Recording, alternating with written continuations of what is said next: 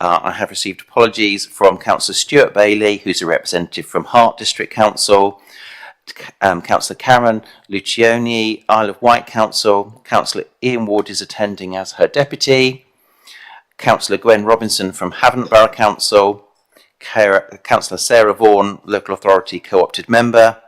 I've also got possible from Tony, but Tony is here. Good morning, Tony. Item 2, declarations of interest. Do members have any declarations to make for today's meeting?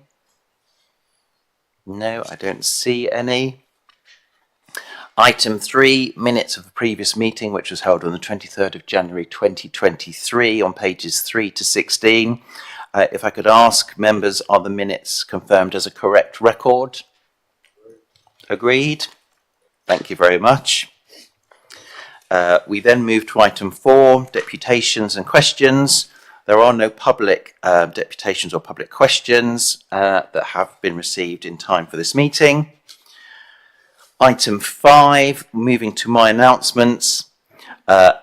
It is that time of year as far as local elections and panels and boards always change. So I would like to offer my thanks and our thanks to previous panellists, and specifically Councillor Dave McKinney, who decided not to stand in the recent local elections and is therefore no longer a member of the panel.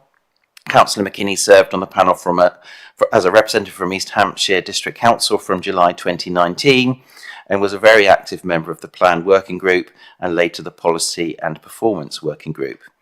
Councillor Margot Power has also made me aware that this will be her last meeting as a member of the panel, and I would like to thank Margot for her dedication and significant contributions to the panel through both the Finance Working Group and the Policy and Performance Working Group, as well as to the wider work of the panel. I welcome Councillor Sean Woodward, who has been appointed as the representative for Fareham Borough Council. We offer our thanks to Councillor Joanne Burton, who sat on the panel last year and will remain as Sean's deputy for Fareham. We also welcome back, if only temporarily, Councillor Dave Shields from Southampton, who's been appointed until their next AGM at Southampton happens. Finally, I would also like to thank the Commissioner and her team for arranging a visit for the panel to the Contact and Training Centre in Netley for June, the date for which is currently being circulated, so we hopefully will be able to confirm that sooner rather than later, Commissioner. Just one other thing, as far as in addition to the agenda, we need to play around a little bit with Agenda 9, so we'll have a new Agenda Item 9, which will just be so that we can make sure we have enough appointments for the Complaint Subcommittee and also the Policy and Performance Working Group, and we'll put our working programme item, which was Item 9 to Item 10, if that's all right with everybody on the panel. Everybody happy to do that? Brilliant. Then moving on to Item 6, we come to the Police and Crime Commissioner's announcement, so I think it's appropriate this time that we invite the Commissioner to join us. Do come and join us, Donna.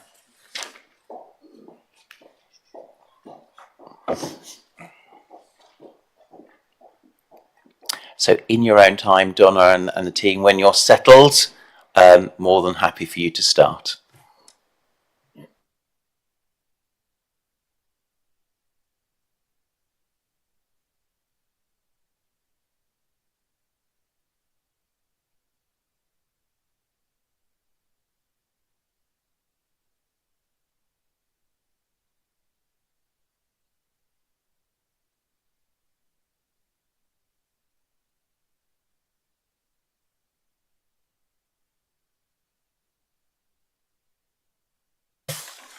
Good morning. Thank you very much, Mr. Chairman. Nice to see you all this morning. I've sent through my update for you as requested. I know that over the last just under 2 years, I've been giving verbal updates to the panel, and the panel had requested that there was something in writing, so you had time to give that due consideration so that you can ask any questions if you want to, or not, if there's enough information there. So I have prepared that for you.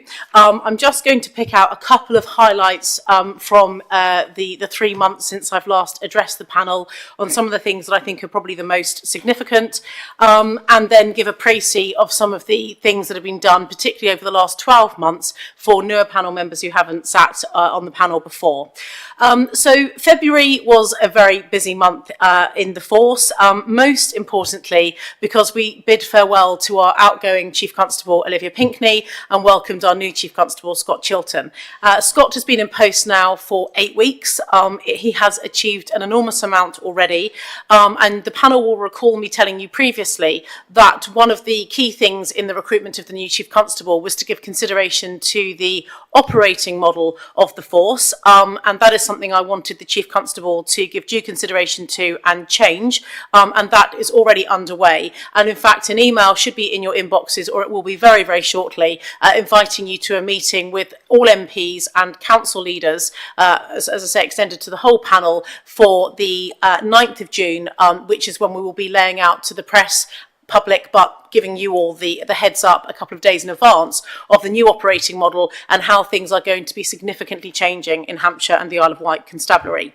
On that day, I also would like to cover some other things, but the Chief Constable and I will be doing a briefing for you. So in February, I also made the announcement of the return. We're going to be bringing back local bobbies, so either PCSOs or police officers for every community, so that people have an email address, a phone number, and know who their local police officer is. It's one of the things the public have valued so highly, so dearly, and one of the things I think that they have missed the most over the last decade or perhaps longer. So we are now in a position, because of the new police officer numbers, to be able to redress that. And finally, in February, there are a number of things there, but of course I'm not going to read verbatim. The other thing I just want to draw your attention to was the launch of my Rural Crime Fund, which meant that any organisation, charity, community interest groups, parish councils, yourselves, anyone was able to bid in for money to the Rural Crime Policing Fund. It has been very successful. It's now closed, and we'll be giving out just shy of £500,000. And that is clearly to reduce crime in the rural areas. In March, one of the key things that we did was launched our perpetrator dashboard to help reduce and tackle violence against women and girls, and to tackle reoffending. And I want to give very special credit here to the two city councils who have the biggest issues in terms of violence against women and girls, but quite rightly are doing the most to step up. There has been some phenomenal work done, particularly Southampton have their own VORG board, led by Chris Brown, who's doing an amazing job, but with Portsmouth as well, working with the street pastors and a whole load of other awareness stuff around drink spiking and things that we're doing in the nighttime economy. It's been a brilliant piece of collaborative work between policing, local authorities and the third sector. And that really does play into my oversight and scrutiny of the Chief Constable in terms of violence against women and girls, and the fact that colleagues, some of the newer members of the panel may not be aware of this, but in March, the Home Secretary updated the national strategic policing requirements for the first time in 5 or 6 years, and VORG has been added, violence against women and girls has been added as a national strategic policing requirement, taking them from 5 national requirements to 6 for the first time ever. And that therefore means that brings greater scrutiny of that area legally, and for my team to the Chief Constable and his team. We held the Winchester Crown Court Open Day. It has been, I think it's probably the most successful Crown Court Open Day in the country. My team supported all of the comms. My head of comms, Marissa Charles, is sat here today, and I'd like to say thank you to her and her team for the brilliant work they did. Over 5,000 people attended. We had High Court judges, we had the magistrates, we had Crown Prosecution Service, we had the probation. Everybody that you can think of was there, and a whole plethora of young people, bright young minds that live across our 2 counties, who travelled to Winchester on that day to come and learn about working in policing and or the criminal justice system. And finally, I made the announcement that front counters will be reopening, but particularly at Portsmouth Central Police Station, which is one of the first front counters that we will be reopening. So moving on to March, I announced some money to be spent on beach soccer on the Isle of Wight for the summer period to tackle antisocial behaviour. We have now put together funding for a dedicated high harm team for the New Forest. They saw a spate of burglaries last year, and there are some other complex needs that are emerging across the New Forest. And so it was right and proper that that particular district had a high harm team. many of your districts already do, by the way, I should say that, but particularly the New Forest now has a need for one. And also the Chief Constable and I've been lobbying for a period of time to the Home Secretary, as you're aware, to end the mandatory police entry degree.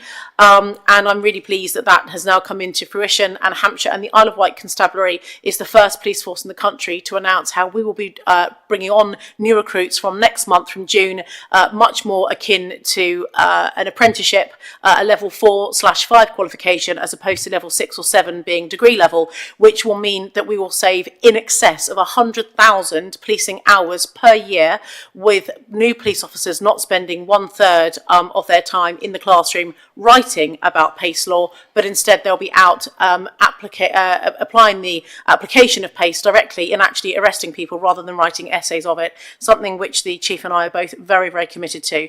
Those that want to do a degree will still be able to if they want to.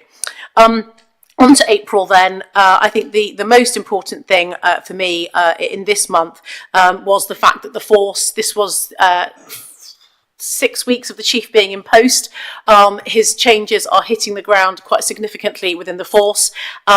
His number one priority for cops right now, aside from contact management, which we may come back to today, is the relentless pursuit of criminals. There have been a huge number of warrants executed, doors being bashed in, and known drug dealers who've been in our communities for years being arrested, brought in, and having money, cash, other assets, and of course drugs seized. I went out on a couple of those. The picture on social media did attract some amusement for some of me in a Stabfest. Anyway, nonetheless, I'm not a police officer, obviously. It was for protection, apparently. But it was called Operation Bluestone. It was very, very impactful. And in fact, just last week alone, I think 116 arrests were made of exactly the kind of people that we would all want out of our communities. So well done to the constabulary for that. Moving on, I announced a new stalking contract. I was a bit sort of disappointed when I first arrived in this post that all of our funding was being spent on stalking victims and very little was being done to stop them from being victims in the first place. So working very closely with the probation service, with the police and with some specialist agencies, I have allocated £130,000 direct money from within the budget that I have direct jurisdiction over, and I have just secured £459,000 for this year and £530,000 for next year from the Ministry of Justice to unleash one of the biggest one of the biggest stalking perpetrator programs in the country, which means individuals who are stranger stalking or who are often, very often, 85% of cases, stalking ex-partners, will be given very, very dedicated psychological support and counselling, as well as an element of punitive as well, to stop them from repeating their offending and to stop offending in the first place. And finally, I went out to consultation on my Victims Hub. You know it's something I'm very keen on. It's the national lead for victims, that we should be doing more to help victims and to divert some 35,000 calls away from the contact management centre, from the 101 number each year, which is effectively building in service failure, with 35,000 calls a year of people asking for updates on their crime. What's going on? I haven't had feedback. So first of all, we need to start giving feedback. That will be coming, and the Chief and I will cover that when we meet with you in a few weeks. I can go into it further if you want me to today. But secondly, there will be a victims hub, so calls will be automatically diverted to a different location. I am given over almost £900,000 a year from the MOJ to contract victim support services. That contract, 5-year contract, is up for renewal, and I'm looking at options of how better to spend that money so that I can also ease the pressure on the force and give victims what they really need. So, Chair, that is my update in terms of the last quarter since I met with you. I'm going to just quickly, for newer members, for literally another 1 to 2 minutes, if you don't mind, just canter through the highlights of the last year, as we have just had the local elections. So I've managed to get the name change from the constabulary, from Hampshire Constabulary to Hampshire and the Isle of Wight Constabulary for our population living in one large part of the force area. I have managed to secure one of the largest amounts of money from the Home Office from Safer Streets, which the large proportion of that went to Southampton City Council in collaboration. I've opened the new Bitton Response and Patrol Police Station. I have installed average speed cameras on the A32 and the A272 after a huge volume of casework and issues of ASB with regards to noisy exhaust and speeding. I've restructured my office, made some redundancies and moved my office to a new location, saving initially £704,000. That is now at £600,000. I have ensured that the APCC is compliant, which of course is the primary role for any Police and Crime Commissioner. I've driven up income from investments over the last year, totalling over £2 million additional revenue coming into Hampshire and the Isle of Wight constabulary coffers from an upturn and a slight change in my Treasury management policy. I have designed a new oversight and scrutiny programme to very specifically hold the force to account. I have delivered on my promise a year early of my term of office, the 600 more police officers across Hampshire and the Isle of Wight Constabulary. I have launched and continue to grow my ASB task force with a fund of £200,000, much money of which has been spent in many of your communities. I have announced the policy of the named local bobbies to be in place by April 2024. I have been one of the leading police and crime commissioners nationally on victims, VORG, and particularly serious and organised crime, and the new national SOC strategy, which I've worked very closely with the policing minister on. I have delivered one of the first drugs partnership boards and homicide review boards led by a police and crime commissioner following the announcement by the Home Office that was their desire, their request that happened. And in fact, I had my second drugs partnership and homicide review board yesterday. I've delivered electric bikes across your community, first of which being on the Isle of Wight. I have completed over 700 bits of casework over the last year, and I have surgery appointments regularly on Fridays in my office.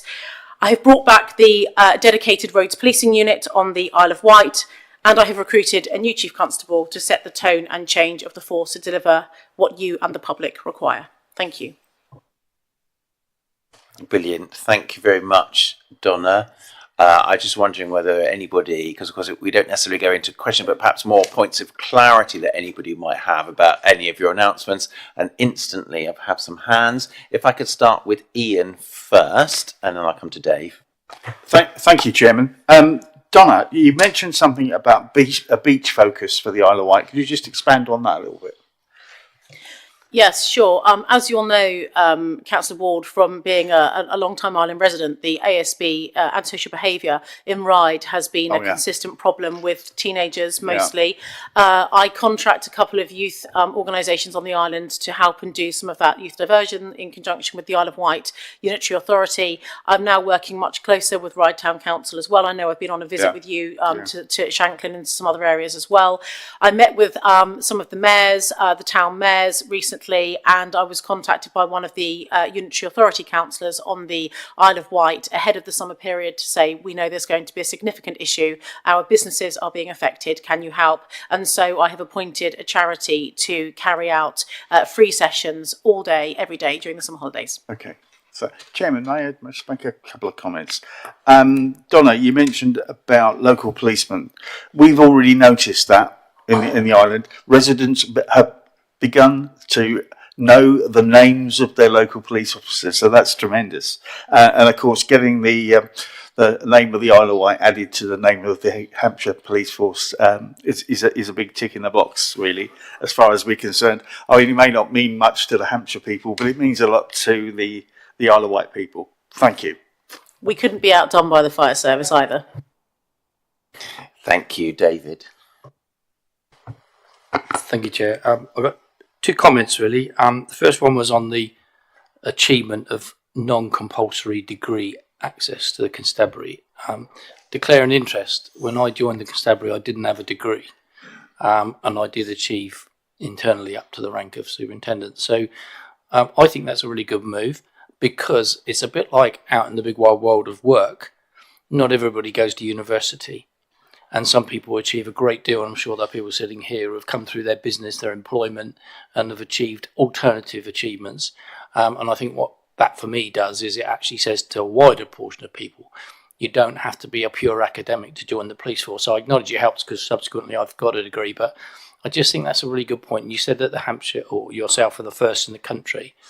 And I just, for my colleagues on the panel, wanted to reassure you, I don't think that's a bad move. I think it's a really good move. And I think we should see that as a step forward, but we should get some impact and performance results on it in due course. The other one, 2 days ago, I was chairing a local parish council meeting, and there's a group on the Isle of Wight, which will mean nothing to most of you, called Sway. But what they do is they deal with those children who I call walk the line between the law and not being, in other words, they walk that criminal line. And sometimes the very few things that keep them from not jumping over the line is help and support from others. And this group is tremendous. And I was surprised to have the Sway group come to my meeting I was chairing and tell me they had this money from the Police and Crime Commissioner's office, which had enabled them to save a few more children and to keep a few more out. And we often talk about what is going out there. Sometimes you want results coming back in. It was unprompted. And so I think we need to recognise sometimes some of these things that are talked about, there are outcomes that really do make a difference. If that saves one child from getting into the criminal justice system, well done.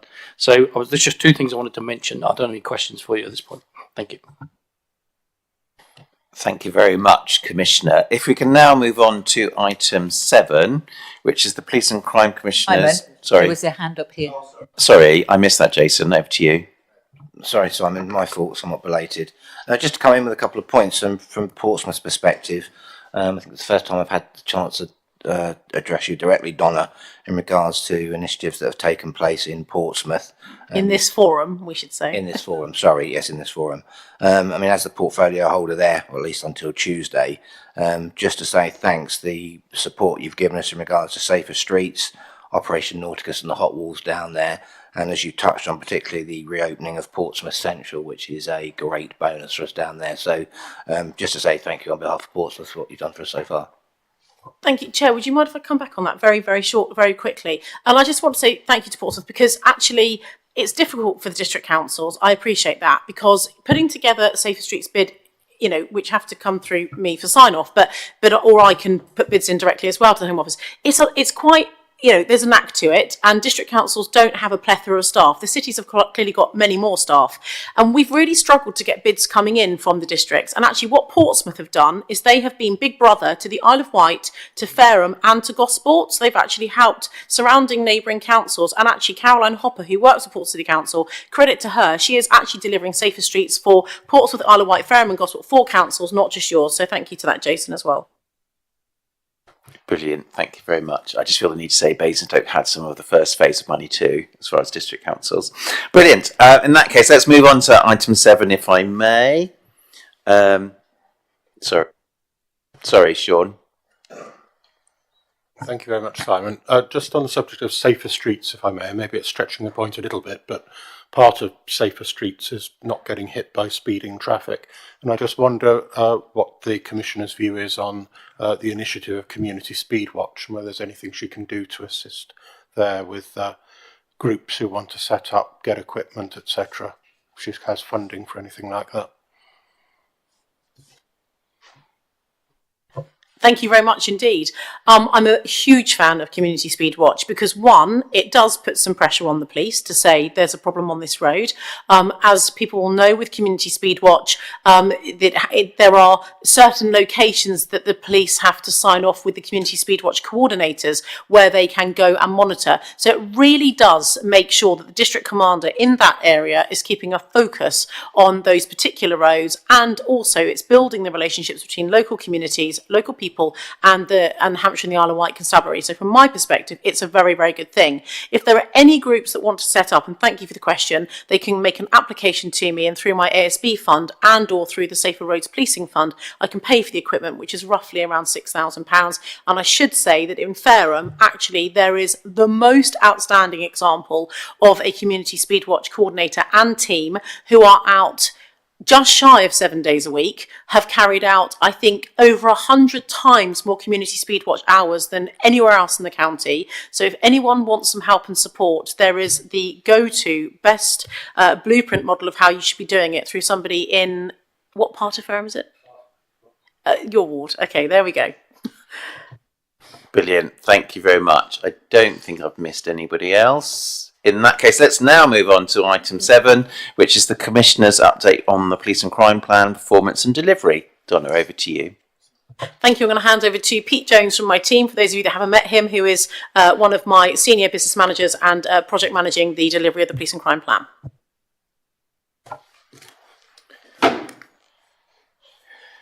Good morning, Chair. Good morning, panel. As Donna's just introduced me, for those that haven't met me before, my role in the Police and Crime Plan is very much coordinating the activity together with the Help It's an All Office approach, particularly with the project lead. So some of the areas that we're going to go over today, in fact, all of the areas that we're going to go over today will have an assigned project lead within the team. And the importance, I think, of maybe pointing that out is that their roles are varied in ensuring that that particular part of the Police and Crime Plan could be delivered in a certain way. So that may include meetings, it may include receiving data and information, it may include looking at reports, looking at recommendations that come in nationally, speaking to force strategic leads and operational leads at every level within the force in that particular area of the Police and Crime Plan. So their role within helping track and monitor and ensure that the plan is met and all the promises and pledges that the Commissioner's put in the plan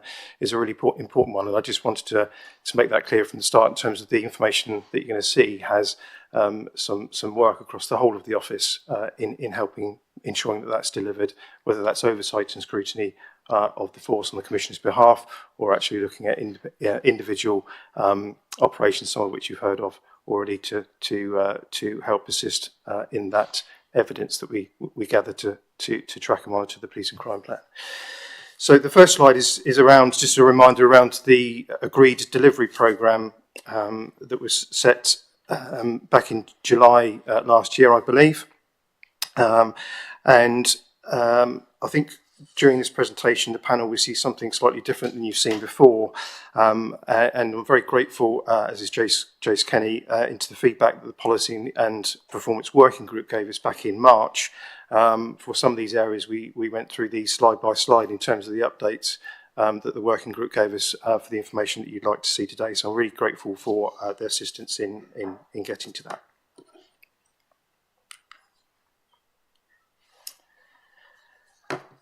So this is what we're going to present today. The areas that are in the box are areas that have been visited or presented before.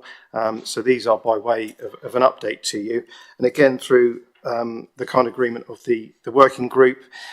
In terms of more police, you heard about that extensively in the precept and budget meeting in January. So I'm going to present some data around equality, diversity and inclusion, and I'll come to that in a bit more detail in a moment.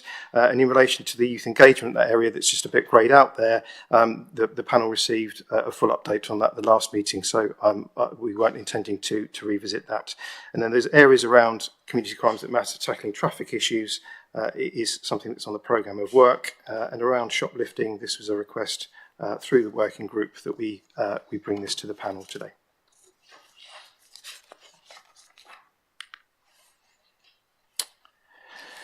So some feedback from the working group was around this dashboard. This is a dashboard representing the progress of the Police and Crime Plan, as I mentioned, broken down into those specific.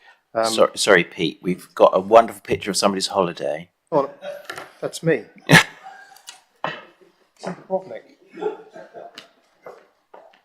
Just checking that everyone's watching.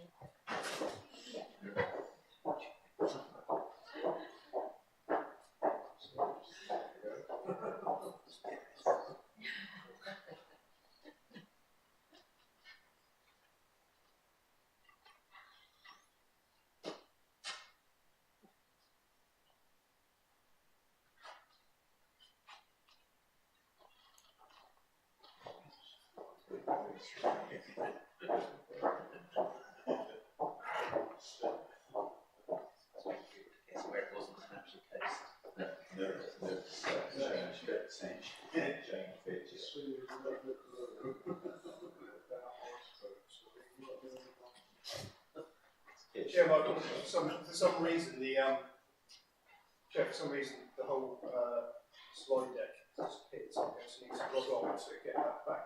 Would I just do? What I'll do is I suggest we have a sort of 5-minute adjournment and we'll pause the webcast whilst we try and sort out that technically. Donna, sorry. And when you do reconvene, I was told that there was going to be a question around the tragedy with Nicola Bulley, and I don't know if you wanted to cover that point now or whenever, but. Let's cover that now. Dave, I know you've got your question. Yeah, so for the panel member, we will all recall back to, and things do move fast, but if you can take your mind back to the tragic disappearance of Nicola Bulley and the extensive police and other agency investigation. You remember the divers that went in the water, and then some were saying, well, we've checked that, and then it turns out she was in an area which you wonder whether it was checked or not, etc., etc. And I can remember thinking at the time, and this is why I'll read the question, following a number of high-profile missing person inquiries, and there were others as well, how assured are you, and I'm focused to the Commissioner, that the Hampshire and Isle of Wight Constabulary would have the capacity and the capability to respond to a significant search-based investigation? And from a performance, on what basis is that reassurance there, assuming that it is? If you can recall, I think that's a really important. Now, we're a different place to where that was, but nevertheless, our constabulary, we need to be reassured, I think, that we could tackle that. And I don't know if you've got an answer for that, Donna, but I'd really be appreciative if you could cover that. Thank you. Can you just turn the other one off, Donna? There we go. The tragedy of Nicola Bulley was awful, and it was almost unfolding hour by hour, thanks to the unsatiable desire of the press to cover everything minute by minute. And I really do want to place on record my thoughts to her family. Terrible situation. In Hampshire, we are in a very, very good position. We are one of 5 police forces across England and Wales that have a marine unit. We have 2 very large ribs and another 2 we're taking delivery of on a trial. I managed to secure some money from counter-terrorism policing to pay for a part of one of those, which is very good. They are not cheap. You're talking a good couple of £100,000 for one of those. And our big Endeavour boat, it's the one that's sort of got the cabin on the front of it. Simon, you've been out with Margot and others. We went out on that. You'll remember the one that came out with us, the big Endeavour boat, was actually leased. It's built, the engines are being fitted, so we will be taking delivery of the new big boat, I think in September, and the new ribs in October. They're currently on sea trials at the moment. So we are definitely playing a very, very key role in terms of policing the water. Because of organised immigration crime and other things, policing of the water has become more prevalent.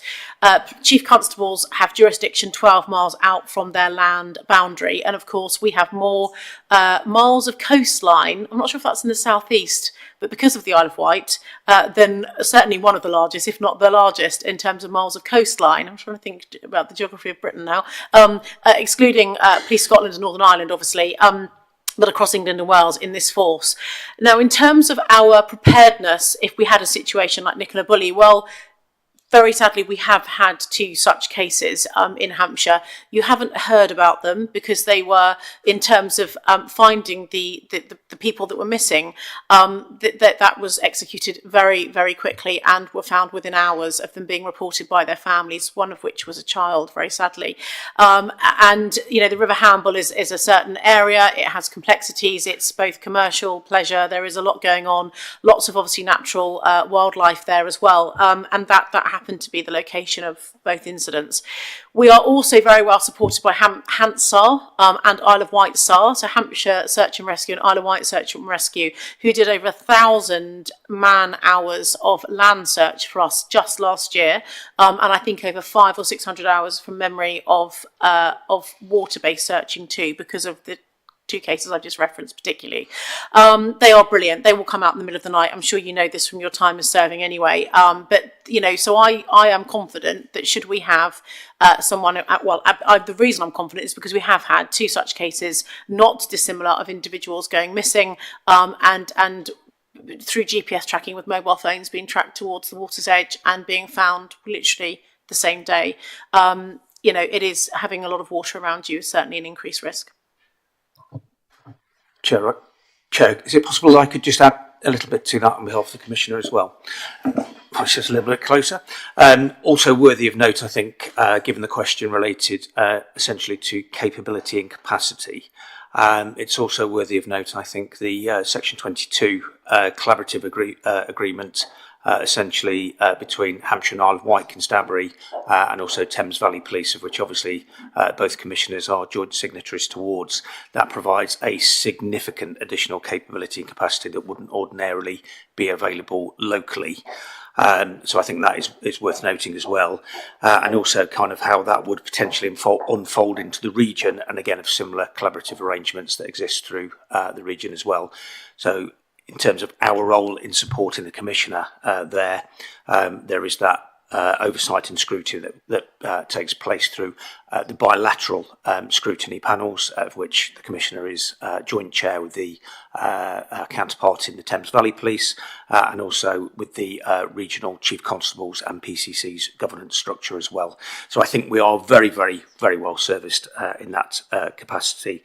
And it's also from an operational perspective, as some of you will know, I was once the head of operations across Hampshire and Thames Valley Police. So I can say that in terms of a testing regime, given the requirements under the strategic policing requirement, that is very much built into those contingency plans, and also then when it's actually called for operationally as well in terms of the veracity. Thank you. So just supplement, thank you for that. I find that reassuring. I can remember sitting watching all of that fold out on news and thinking to myself, I hope that the Hampshire is equipped to deal with it. I'm going to ask the question. So I've asked the question, and I've now picked up on the fact that the Chief Constable is currently doing an operational delivery review, or whatever you want to call it. I would ask that as an example be used. Could you be reassured under your new model that you can deliver on that? Because I think a lot of people around the country were concerned, and so I'm reassured. I thank you for that, and thank you, Chair.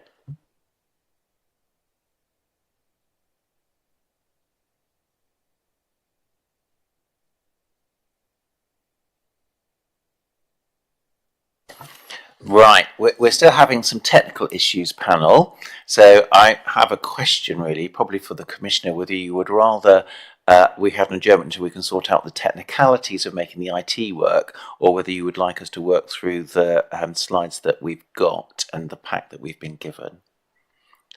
And I'm happy to do either, frankly.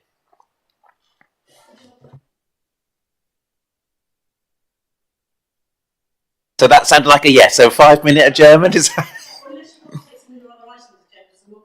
Really, this is the main item. So what I suggest we do then is let's have an adjournment and reconvene at 10:02. What I'll need to ask people to do is actually I'll need the room to be cleared of members of the press and members of the public to do that. So we're going to adjourn. So if I could ask people to leave the room, that would be much appreciated. Thank you.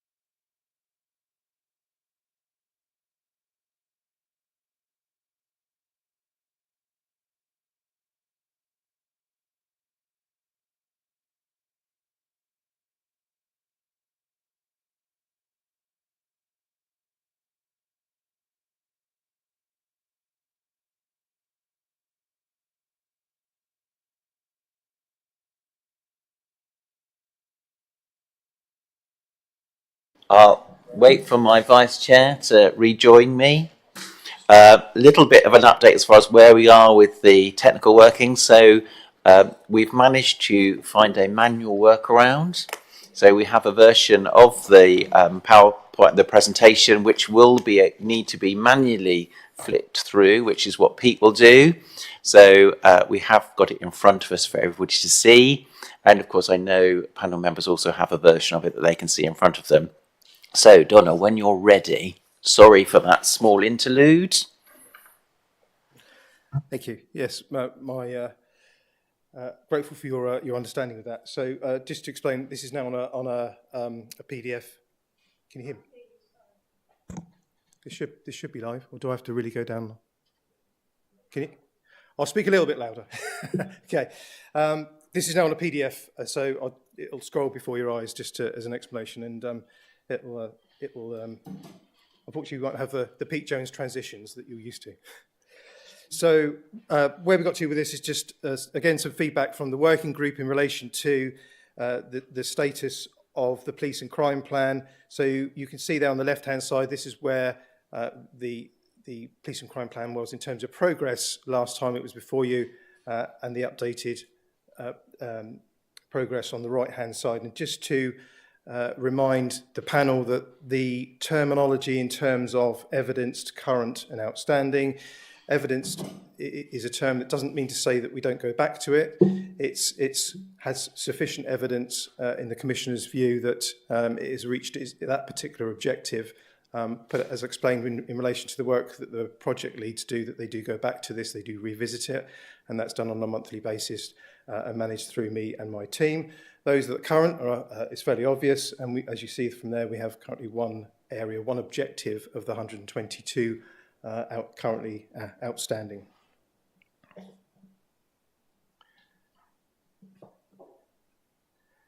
Goodness me.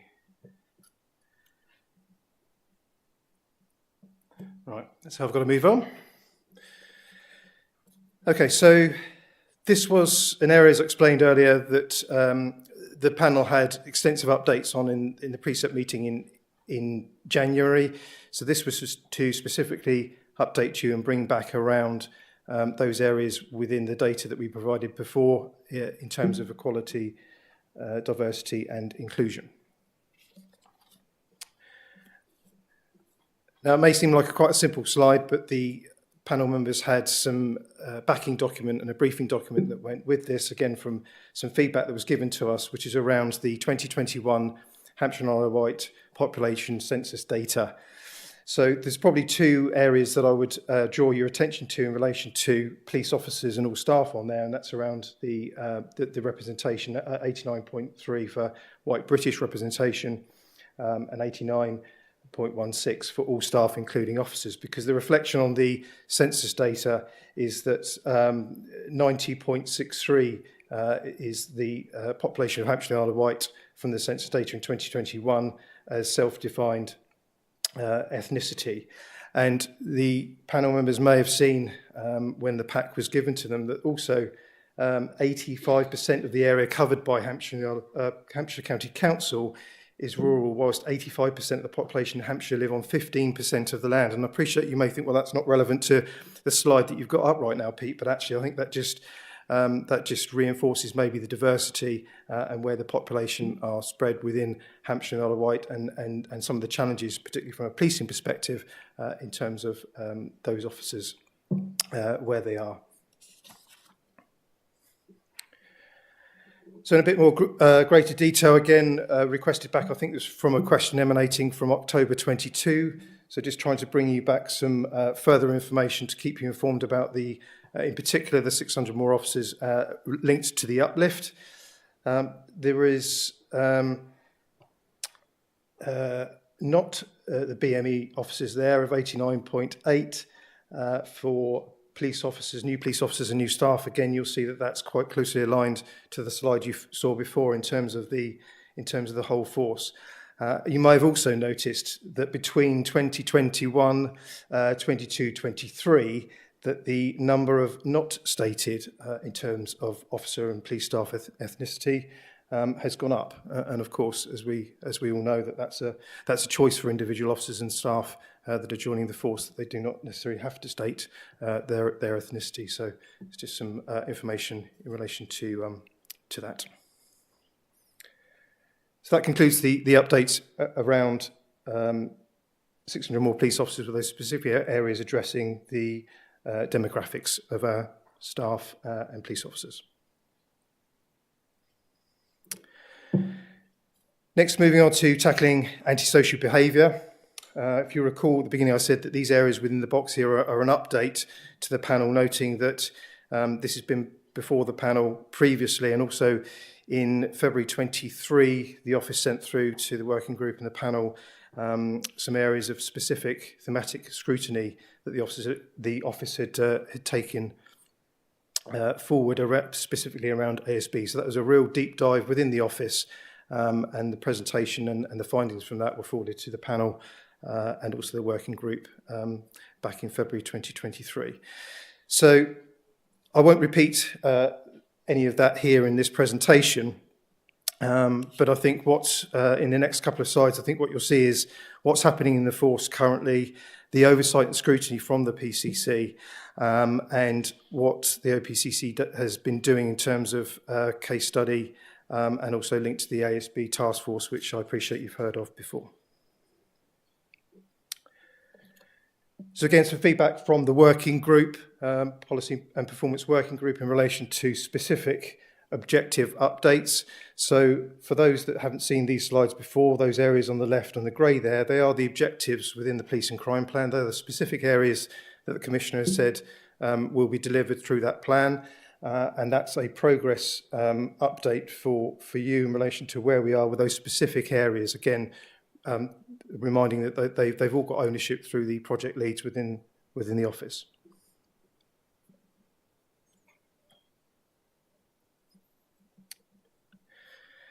Appreciate this is quite a busy slide in terms of data and information, so I'll just talk you through this. On the left-hand side there, top left-hand corner, again, the working group asked to see some comparison data before the Commissioner was in office, through to what that looked like when the Commissioner arrived, and also some of the trends in data, in this case, antisocial behaviour, since that time. On the far right-hand side there, you can see the areas that are the most prolific wards. That is some information that we use, again, through those project leads and other various forums to hold the force to account, for the Commissioner to hold the force to account in relation to the oversight and scrutiny work. And finally, the data down the bottom there next to that broken glass, which on the screen might be difficult to see, but I know this is in your packs. It's got specific areas, in this case, around Fareham, Gosport and Portsmouth, just by way of an example of how we use the data to then inform, in this case, in the next slide, some commission services.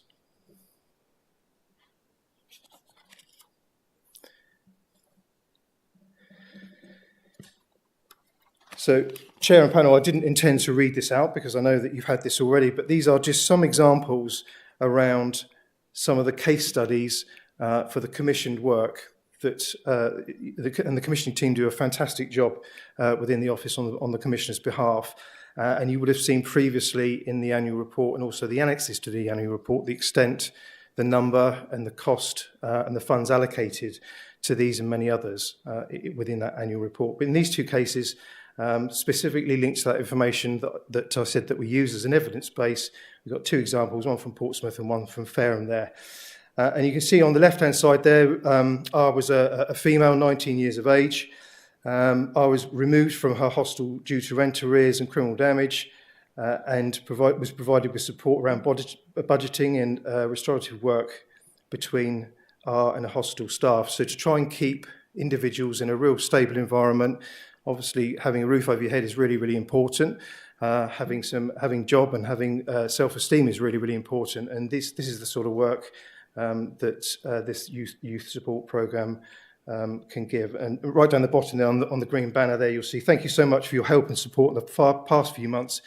I feel you're the only person who really got to me.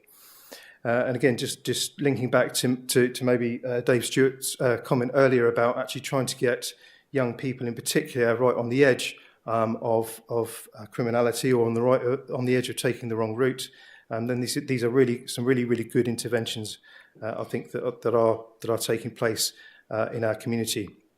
On the right hand side there, P. We haven't got an age for P, but you can see in there that probably from the narrative that P was at school, poor attendance despite attempting many strategies. So these are young people that have gone through other programs, perhaps quite difficult to work with in terms of trying to manage and understand what it is that's going to help them. So this is about early intervention here. So this is about lower level ASB, aggressive towards his mother. These are not people that are necessarily, or individuals necessarily in the criminal justice system. It's about trying to get into that early intervention as well. And that comment there down the bottom, I don't know where I'd be if it was not for the support I've received. A massive thank you.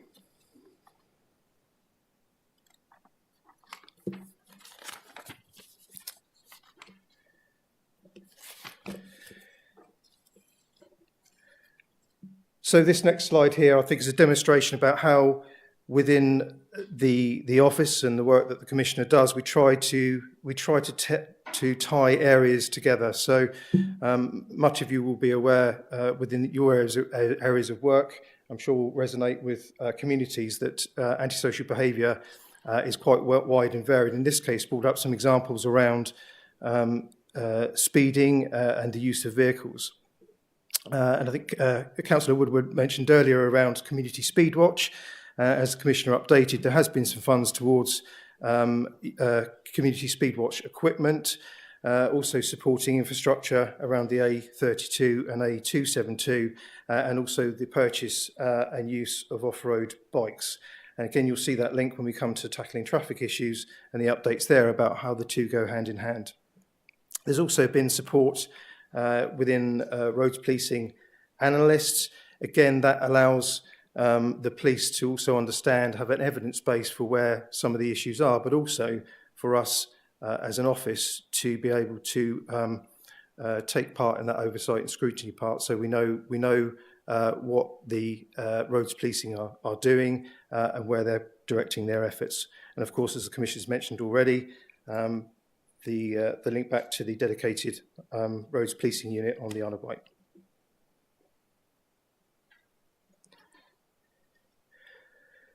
This is one I particularly liked when I saw it. So you'll see from the box at the bottom there that at the time this was put together, the bikes had only been in use for 4 weeks. So some of the numbers are not massive around there, but this is just 4 weeks from the e-bikes that the Commissioner has funded on the Isle of Wight. The part that I particularly liked were those two dull maps, as in not bright, on the right-hand side there, because this is what the officers are putting onto social media. So this is where we've been. This is how we've used the bikes, and I thought that was a really powerful map to put out onto social media, because of course not only perhaps does that give some reassurance to the community, but I'm sure that tells those that perhaps don't want to see the police that they're out and about and patrolling in their areas.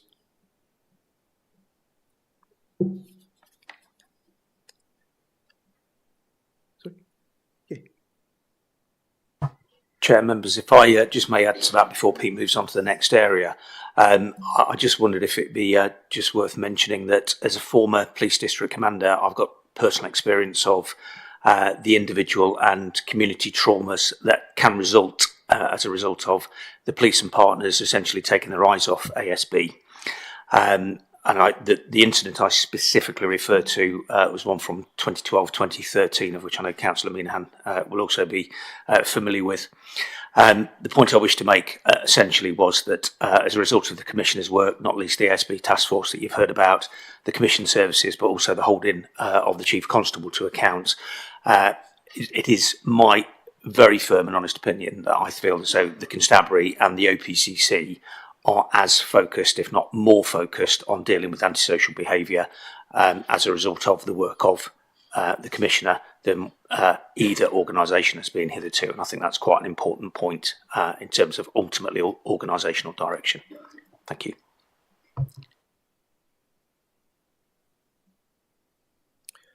So moving on to the next area around preventing young people from committing crime. Again, similar format, and I've tried to keep this format the same through the presentation for hopefully makes it easier for people to follow there.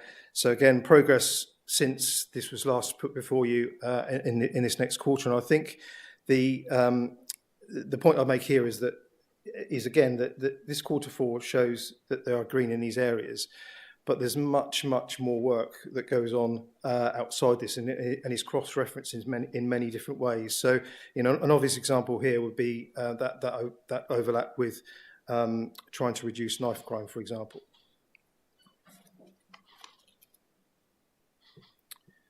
So there's a very busy slide there with some data in there, and just to talk you through that. I'm sure you may have had your own questions around it, but again, as some feedback from the working group, some comparative data again from when the Commissioner was in office there, and what this slide is telling us is that this around known offenders identified from crime reports. It's very much focus data, and again, the way that we use this within the office on behalf of the Commissioner is around oversight and scrutiny.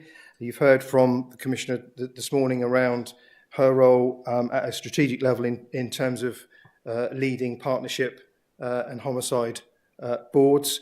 We use it for informing our activity, and also we use it again within the great work that the commissioning team do, of which I'm going to give you a few examples now.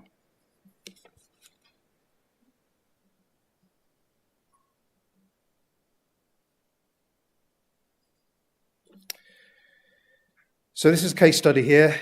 Left-hand side first. Again, just a point of note, 9 to 10 years of age, this individual. Down the bottom, since regularly engaging with the team, X is much better at meeting people without feeling the need to be defensive. It's felt that this is a protection mechanism which indicates he feels safer in his community. So some very, very nuanced areas that some of these services, in this particular case, Youth Options in Southampton, are working with young people. On the right-hand side there, 14 years of age, referral by his school. So again, these services are linked into schools, police, and other support services, so they can work together to get the right people and get the right intervention to the right people. He entirely disengaged from the school, been absent for a prolonged period of time. He was a looked after child who suffers from complex PTSD due to childhood trauma and neglect. He's a previous youth offending team involvement, so this is an individual that's been in the system previously due to incidents involving violent behaviour. Thank you for your emails of support with the school. They are brilliant and such a help. He knows he can talk to you. So again, support for our schools and our teachers, which we know is very difficult for them.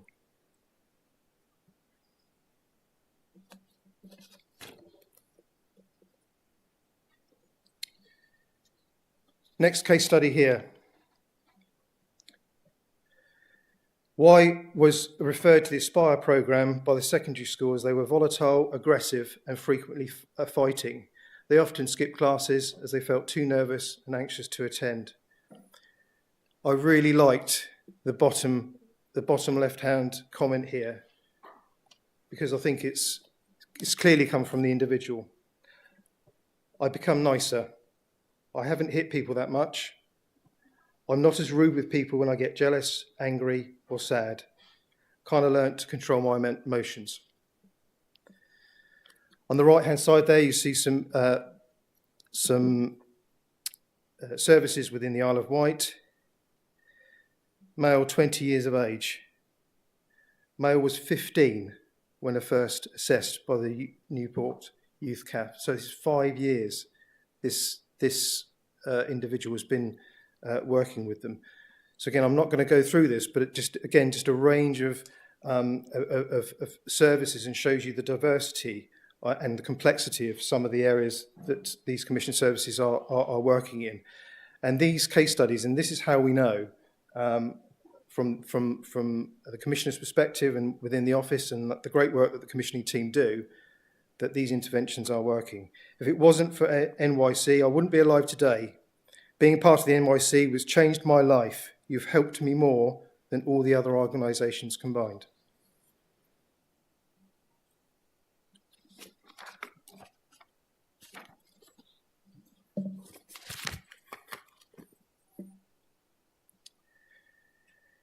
Next case study here, again, another different example because it relates to outreach youth work. So youth work that's not static, detached youth work. Down the bottom there, Friday Football Project. He's engaged in the Friday Football Project, and though his initial behaviour was challenging, he became familiar with the boundaries and expectations. He was included by other young people, positively encouraged by his peers, and thrives at the project. Again, giving these young people some life skills and enabling them to be happy in the communities that they live. It's a safe space where I can get support, and it has increased my confidence. Right-hand side there, Sandown and Lake Youth Work Project, multi-tier delivery model, some very, very complex cases. Provided herself a value member of the Youth Forum, contributing, discussing and themed-based topics, whilst also being open and honest about her experiences and vulnerabilities, showing increased maturity and appropriateness whilst doing so. The boxing's really helped my mental health, and I feel like it's my time where I can release all my energy and not have to worry about anything at all.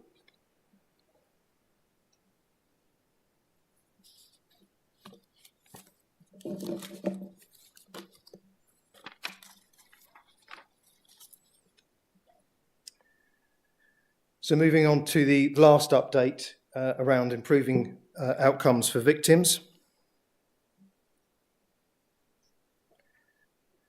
Again, this is where we are with those particular objectives bounded within the police and crime plan, but again, without repeating myself, the same applies in terms of the other work that is present around outcomes for victims. The huge work and has been separate to another update to the panel later around VAWG, violence against women and girls.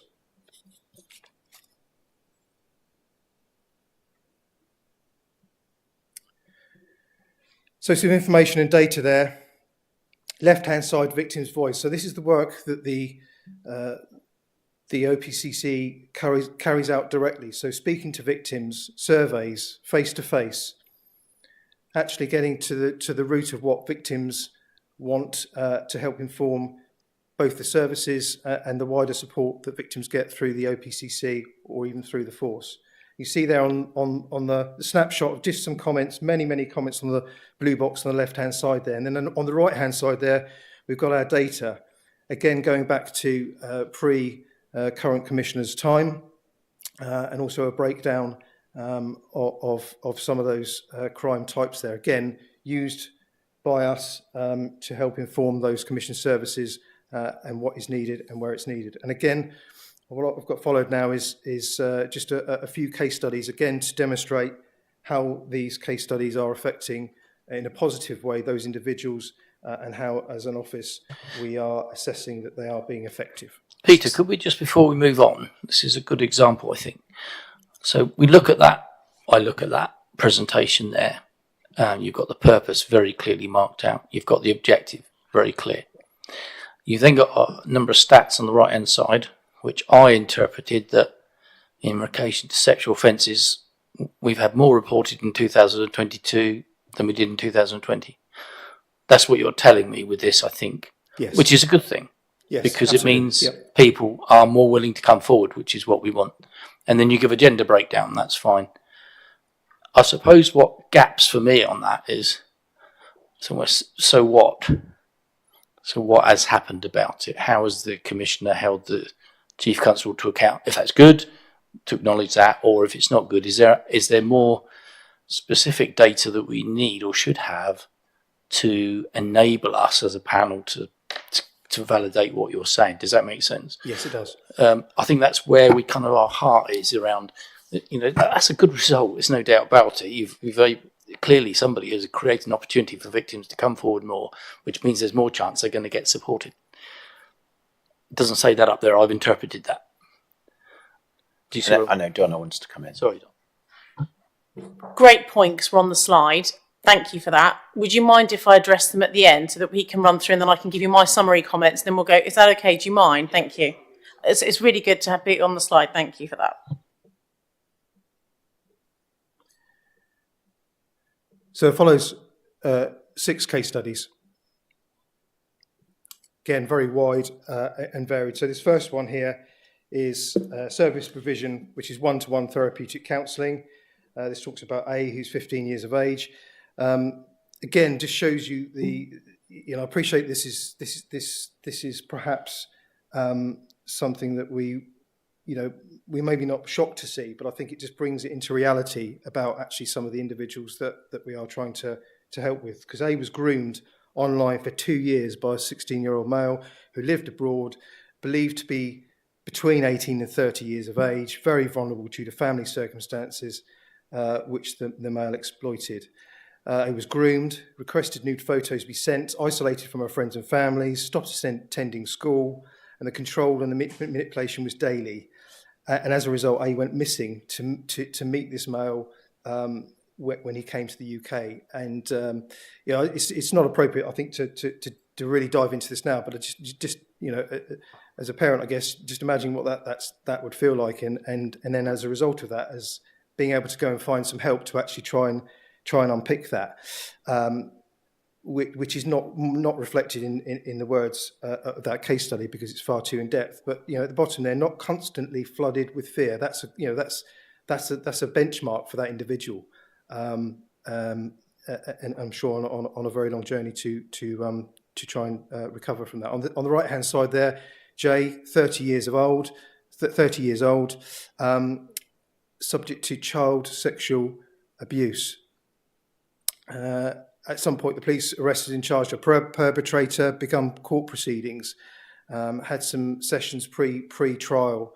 There was very fragile, re-traumatised by the proceedings, as we know often sadly happens, and is now through this service and through the help that she has got, has finally rediscovered herself and is now in a new direction, becoming an active member of a community. Again, down the bottom there, no longer living life in the shadows.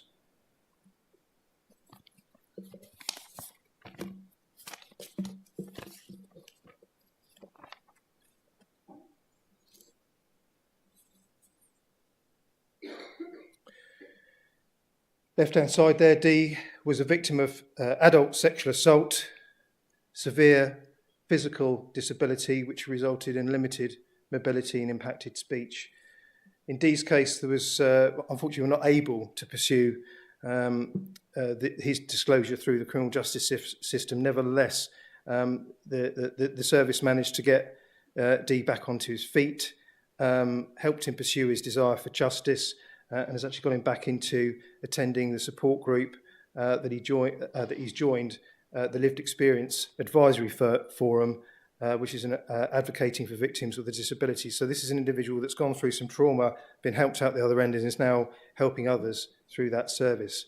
On the right-hand side there, 42 years of age, came to trauma support following her child sexual abuse at 8. So this is a 42-year-old lady coming from child abuse at the age of 8. So again, imagine the time that's gone by and how, as a service, you may need to unpick that. Right at the bottom there, her career, which has been her main coping focus throughout the years of suppressing her trauma, was finally moving along, but this time with her at the helm. Really powerful there at the bottom. Has changed my life.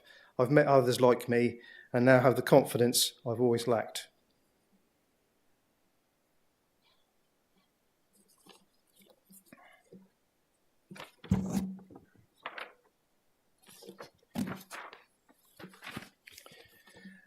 And just the final one here. Again, sexual therapeutic service. P was a self-referral. So these are not all referred through services, schools, or the police. This was a self-referral. So we can see that we've got services that are accessed and accessible by all.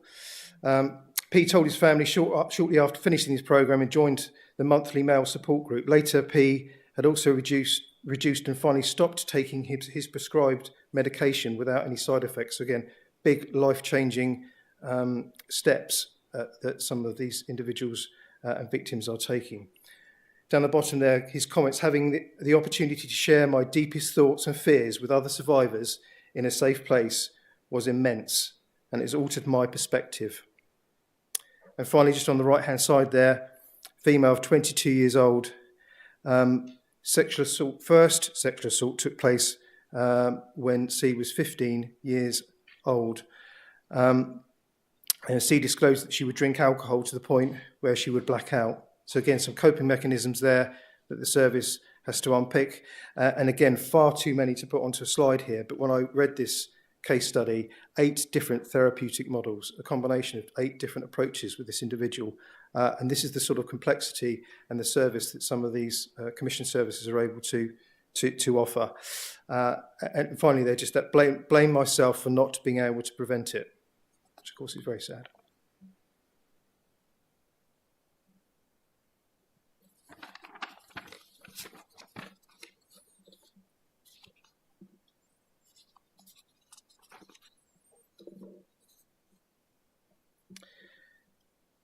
So that was an update in relation to the areas, an update for the areas that have been presented before. Moving on to community crimes that matter, tackling traffic issues, and I appreciate that the Commissioner has mentioned some of these during her update. You'll see there that this is probably one of the areas that is less progressed. Of course, we're on track in relation to where we want to go, but there you see, perhaps just pointing out that area. Third one down there in terms of creating a stronger connection between community volunteer groups such as Community Speed Watch and Hampshire Police Specials. And as the Commissioner said, we would welcome anyone that wishes to contact us in relation to those or any other schemes that they would like to engage in.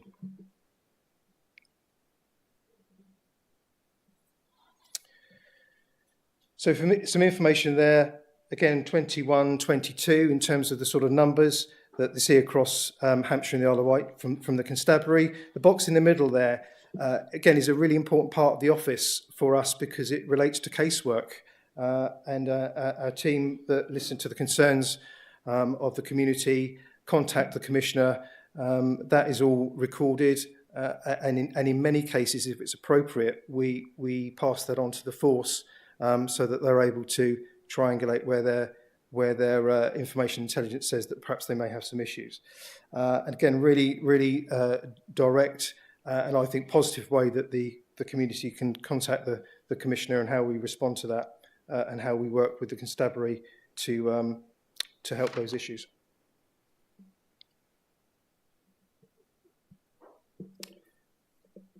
So just 3 examples there around the Roads Policing Unit.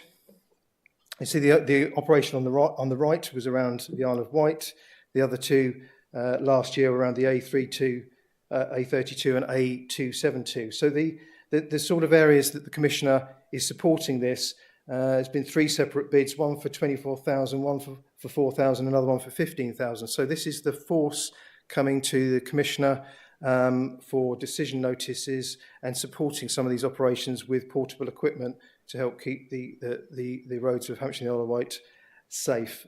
Other areas such as liaising with the ANPR manager, automatic number plate recognition for Thames Valley and Hampshire to ensure that the Commissioner has directly ensured that some of the areas within the county are covered or sufficiently covered through ANPR. And also there's of course a link back here to AS antisocial behaviour, particularly in relation to some of the work that volunteers do, such as Community Speed Watch.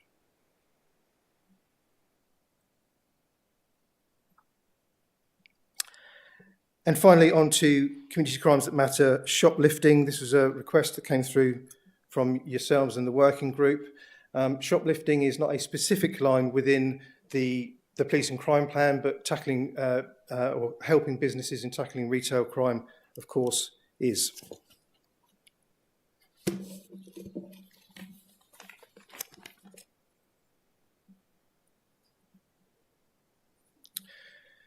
So again, there just an update of the progress against the individual areas, the project areas within the police and crime plan.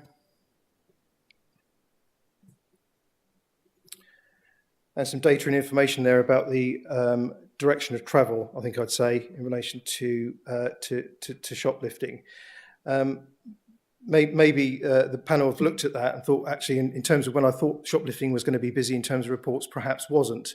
But you'll see an upward trend in relation to shoplifting reports, and that's continued. And again, we see that as a good thing in terms of the businesses that are reporting to us. And many of you will appreciate that businesses, particularly during COVID, underwent many difficulties, particularly in relation to staff safety, which I'll come on to again in a moment. But and lots of organisations, particularly bigger businesses, have their own stock reduction measures that are in place. So actually, getting businesses to report shoplifting and business and retail crime is something that we see as something that we'd like to encourage, because we need to know where the issues are.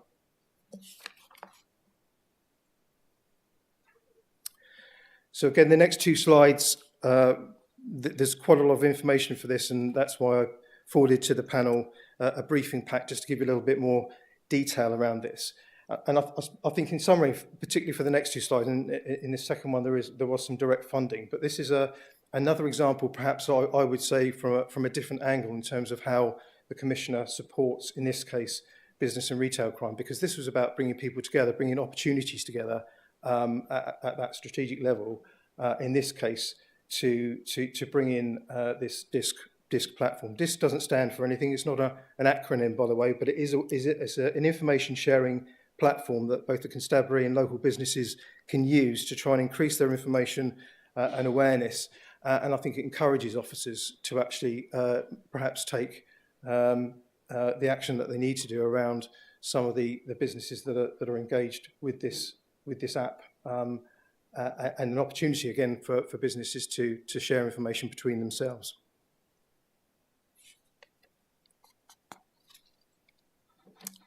And this is the final slide around the Business Crime Navigator, which has been part funded by the Commissioner to make up a post for the next 2 years. And this is really targeted intervention. So this is looking at, in particular, individuals that are prolific and or causing particular shops or businesses difficulties in terms of crime and their approach to it. The Commission's done a lot of work around Southern Co-op, mentioned earlier, particularly around those assaults on staff, which we saw an increase in during and post-COVID. So you'll see there from the data there, September to March, so that's why perhaps some of the numbers are low, but it is a very, very targeted provision, looking at, I guess, the worst of the worst in that particular area.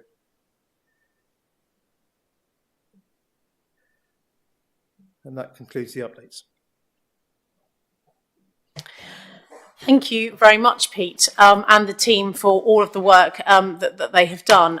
So I think really just to conclude, panel, on the presentation from my office and I on the update on the police and crime implementation work so far, I'd like to start by saying a huge thank you to the subcommittee who met in March, subcommittee obviously of your panel. You know, for the last 18 months I've been coming to this panel and asking, I think at every meeting, to get clarity on what it is you'd like me to give you, how you'd like it formatted, and what sort of data you would like. And that's been something that I have consistently repeated, and I am grateful to the subcommittee in March, because an enormous amount of work has been done by my team, and I do mean an enormous amount of work post that meeting in March. I think there were 28 or 29 items that through the presentation that Pete, Jason, the team did at the subcommittee meeting to 4 or 5 of you, there were some great feedback that came from Councillor Power and I think Councillor Bound around, can we have greater clarity here, more information here? You specifically wanted the data, you wanted progress updates, you wanted case studies, which is why we've might appear that we've been a bit top heavy in terms of giving you a lot of case study information. That's because you specifically had asked for some context around what we're doing as well, in terms of what, the so what test that you said, Councillor Stewart, what impact is that having? So that's why we've given you the case studies as you requested. You wanted to know information about financial commissioning, so how much, what we're doing and the information to be provided, hence why we've given you Motivate and, RIDE, youth outreach, etc. And you wanted a lot of more information on ASB, on antisocial behaviour, which I hope we have got to where we need to get to, or on a good step towards getting to where we need to get to for you. So those 28 or 29 bits of information that you'd specifically asked for, I think we've covered everything post that very, very, very helpful session in March. And there are a couple of things that we weren't able to do specifically, but we have achieved them outside of the presentation specifically. That was the 2021 ONS demographic EDI data. Councillor Power, I think you particularly had raised that one. And we were able to provide some information on that. Very difficult to create it in a graph with the crime stats, because of course they were collated before they EDI data had been published on ONS, and you asked for information on DISC and the DISC Business Crime Navigator system and what we're running, and that's why towards the end of the presentation you've had a lot of that information. So I think probably it's a work in progress. What I've done is, Pete, could you just get we asked your panel to tell us what good looked like from previously, from 2019, 2020, and I've got some slides here I'm going to show you of what was done under the previous regime, previous commissioner. Would you just hand them all around to the panel for them to have a look at, if that's okay? We've sort of, just pulled together a couple of top line slides to show you what you were getting previously versus what you're getting now, which I think is a much improved, and I hope that you will agree, gives you context, gives you impact, gives you the stats that you require. Now, if there is more that you need, there is an undertaking from me unequivocally. The answer is yes. I will do whatever I can to give you the information that you need.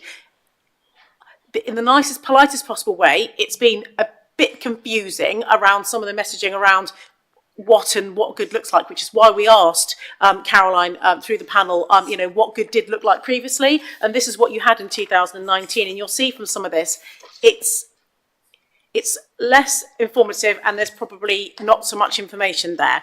And for example, on the police and crime plan project thing, I'll turn you to this one. Number one was simply to keep the website updated. So I've got 160 lines like this. I would fill a whole page on what I'm doing for just one of mine, not just to keep the website updated. So I hope you can see from what we've given you today that we are doing everything that we can to help. If there is still more that you want and more that you need, we are here, we are listening, and we really, really want to be working with you in an open and positive way. I've also done some benchmarking to other police and crime panels with other police and crime commissioners to look at the way in which they are presenting information to make sure that what I'm giving you is fair, it is equitable, and if there are some good ideas that we're spotting elsewhere, we're very happy to bring those to you in the working group to see if you like the style of the way that other reports are being done, mostly being created by the panels themselves. But of course, if there is information that you like, then we will endeavour to work with you on that and make sure that we are delivering the information for you in the way that you would like it.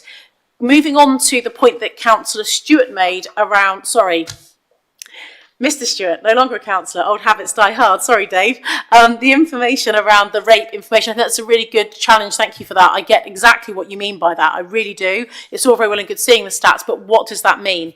I wonder if perhaps me presenting just 4 times a year at this panel is actually getting us into enough of that so what factor. Probably maybe I need to, maybe do some training sessions or do some bits with the panel outside of here, because we have seen an upturn. This is the numbers, if you go back to this particular slide for anyone who wants to have a look at it, the one about what we call RASO, the rape and serious sexual assault stats. Now, what's happened with the Hampshire numbers? 2020, bearing in mind a lot of people were indoors during 2020, so those opportunistic sexual attacks were not happening obviously as much. A lot of those will be more domestically related, but 2021, 22, as people were out in communities post-lockdown, of course we saw the increase in rape and sexual assault offences occurring. In terms of Hampshire and the Isle of Wight Constabulary, that is in kilter with the rest of the country, I want to reassure you, although it's not reassuring that of course things are going up. What I do think is the culture of a number of high-profile rapes and attacks that have happened across the country have meant that there has been a move socially for people to come forward and report more. So what am I doing? The so what factor. So you've got the stats, but what am I doing as your Police and Crime Commissioner to protect people who are being raped and seriously sexually assaulted? Well, my main scrutiny here has actually not just been to the police. The police are probably 50% of it. The other 50% has been to HMCTS, His Majesty's Courts and Tribunal Service, and also to the Crown Prosecution Service. So I chair the Local Criminal Justice Board for Hampshire and the Isle of Wight, and the court recovery, the delays of the time to get rapes to court and serious sexual assaults has been a concern. We were approaching the 2-year mark just a year ago. Now that has got better. Judges, and not so much magistrates, judges are prioritising those trials and getting them done on average now about 10 to 11 months, evidence and other things permitting.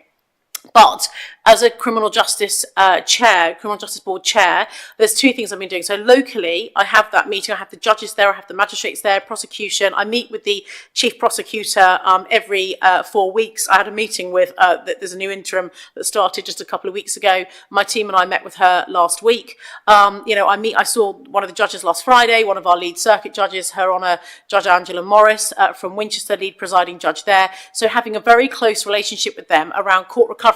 Now, our Crown Court recovery in Hampshire and the Isle of Wight is actually good, so much so that we've been taking work from other counties, some from Dorset and some from West Sussex. However, our magistrates' recovery is actually, believe it or not, post-COVID, getting a bit worse as we're going along. They are struggling with staffing and IT, so it's actually, as well as the pressure of having, they're now, magistrates' trials are currently listing at approaching 6 or 7 months, which is, normally it would be about 3 months, so that's really not good. So what am I doing? I'm holding to account. I'm having those regular meetings. I am feeding that back to key individuals that need to know that in the Home Office and the Ministry of Justice. And in fact, one of the other things I've been doing, aside from the local putting pressure on, is speaking to the constabulary about their caseload, about making sure that the Amberstone team, that's the dedicated RASO team of detectives, are fully recruited. They're not carrying large vacancies, large caseloads. They were. That has come down significantly. We are converting police staff investigators over to police officers to obviously help with our recruitment as well. I've just signed off an interim bonus payment so that that can happen and speed that up for PSIs that would otherwise have dropped their salary down to become a police officer. So we're working on that right now. I'm doing that for you as your Police and Crime Commissioner. And then the national review. There is a review of local criminal justice boards nationally around how Police and Crime Commissioners should be exerting more power, I suppose, and should be putting a lot more pressure on governance on criminal justice partners. So there is, I'm feeding into the national review on that as the lead for victims across England and Wales. And in fact, next Wednesday, I have the person leading this at the Home Office coming to my office for the day to work with me on a whole load of things that need to go through a big piece of policing legislation that's due to go through Parliament in the autumn. So I'm helping to shape the national picture on improving things, but I'm also very much holding to account here locally, and then the pressure onto the CPS, which is, are you being too much of a stickler for detail, dotting I's, crossing T's when the police are referring cases to you, and you want everything redacted, you want everything done in accordance with what's called Director General Guidance 6, which is the Attorney General's Guidance 6 on redaction and on file quality when files go over for a charging decision. That has had to be redressed, rebalanced. We had the Attorney General down last year to work through that. So that's the sort of stuff I think, Councillor Stewart, you're not getting from this that probably I think you want. So that's really where I think maybe I should start coming to the subcommittee so that you can get that detail from me if that's what you are wanting. But I'm happy to carry on working with you outside of the meeting on that one. In terms of the last couple of comments from me, Chair, if I can. As I say, working through the stuff that you as a panel through the subcommittee had asked for has taken a lot of time by my team, but we're happy to do that. That's part of our role in giving you what you need, and thanks to Pete and his team for the enormous amount of work, and Jace for what they've done. And actually, some of the individuals who've worked on that are sat over here in the room. There are 3 people from our performance team that work to Pete who are here because they wanted to come and see the fruits of their labour. And finally, the 9th of June, as I say, you should have the invite to come and meet with the Chief Constable and I to get a presentation on how this force is already changing 8-9 weeks in of the new Chief Constable, absolutely delivering the vision and focus that I have set him for Hampshire and the Isle of Wight Constabulary to rebuild local policing, to relentlessly pursue criminals, to make sure that we have fully resourced neighbourhood policing teams. Very few crimes cannot be solved by having a really comprehensive local policing support, which Jace has instilled into me over the last couple of years. And finally, on that 9th of June, when you come with if you're able to make it with the council leaders and the members of Parliament, they've got the same invite you have today as well, that an hour after the meeting is what I would like to propose to meet with you all to go through anything else that you might want to spend with me, and I can perhaps add some context to what the Chief and I will be saying in a public forum, and also the press will be getting information too. The 29th of June, Councillor Bound, you said at the beginning around the date for the visit to the Contact Management Centre, so it's Vickery Building in Netley. There's 2 things we're proposing to do for you on that visit. One is for myself to take you on a tour around Vickery, which is where the 101 and 999 calls come in, and where the deployers, so the police individuals who are deploying police officers out on response patrol, you'll be able to see all of that, the call coming in, and then how the call handlers then deploy officers. And then also we're going to go and see some of the new officer police training, and you'll get an opportunity to speak to some of the new recruits, and also to meet the learning and development team who've gone through this huge recruitment of over 1,300 police officers over the last 3 years. So that's, I hope, Chair, that gives you some assurance. We're here, we're keen to work with you, and if there's anything else we can do, please let us know. Thank you very much, Commissioner. Before we get into questions and debate, first of all, it's really important that I welcome Councillor Liz Fairhurst to join us today. Liz was sitting to the side, we're just waiting for some formality to happen from her authority, but we now have that from Havant Borough Council, so welcome, Liz. I will in a minute go to questions to the Commissioner from the update. I just feel the need to respond to some of the documentations that we've received, only because there is a reality that says quite a lot of work does happen outside of this panel. And I initially want to just pick up on some of the conversations that have happened, and I was present at the performance working group, where Commissioner, you've shared with us the delivery progress plan from 3rd of December 2019.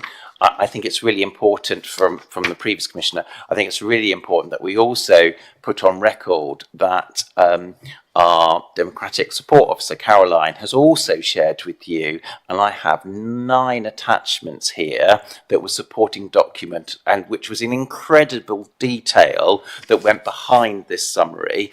And it certainly was my experience working with the previous Commissioner and the previous Commissioner's office that actually, and I would potentially argue some of that was too much detail, that when we were in that plan working group, we would have a programme project performance officer from the office with us who would go into every detail at high level as far as understanding the overall chart for project implementation, to project implementation documentation, to project evaluation documentation. So we were very, very clear about exactly the detail about what the office and the Commissioner was doing, and therefore how we would pick up that summary in this public forum, so we could do as much as possible to both support and challenge the office and the Commissioner to share that information, so that we understood in a very deep and meaningful way the value that the Commissioner and the office were making to the work of the police and the criminal justice system more broadly.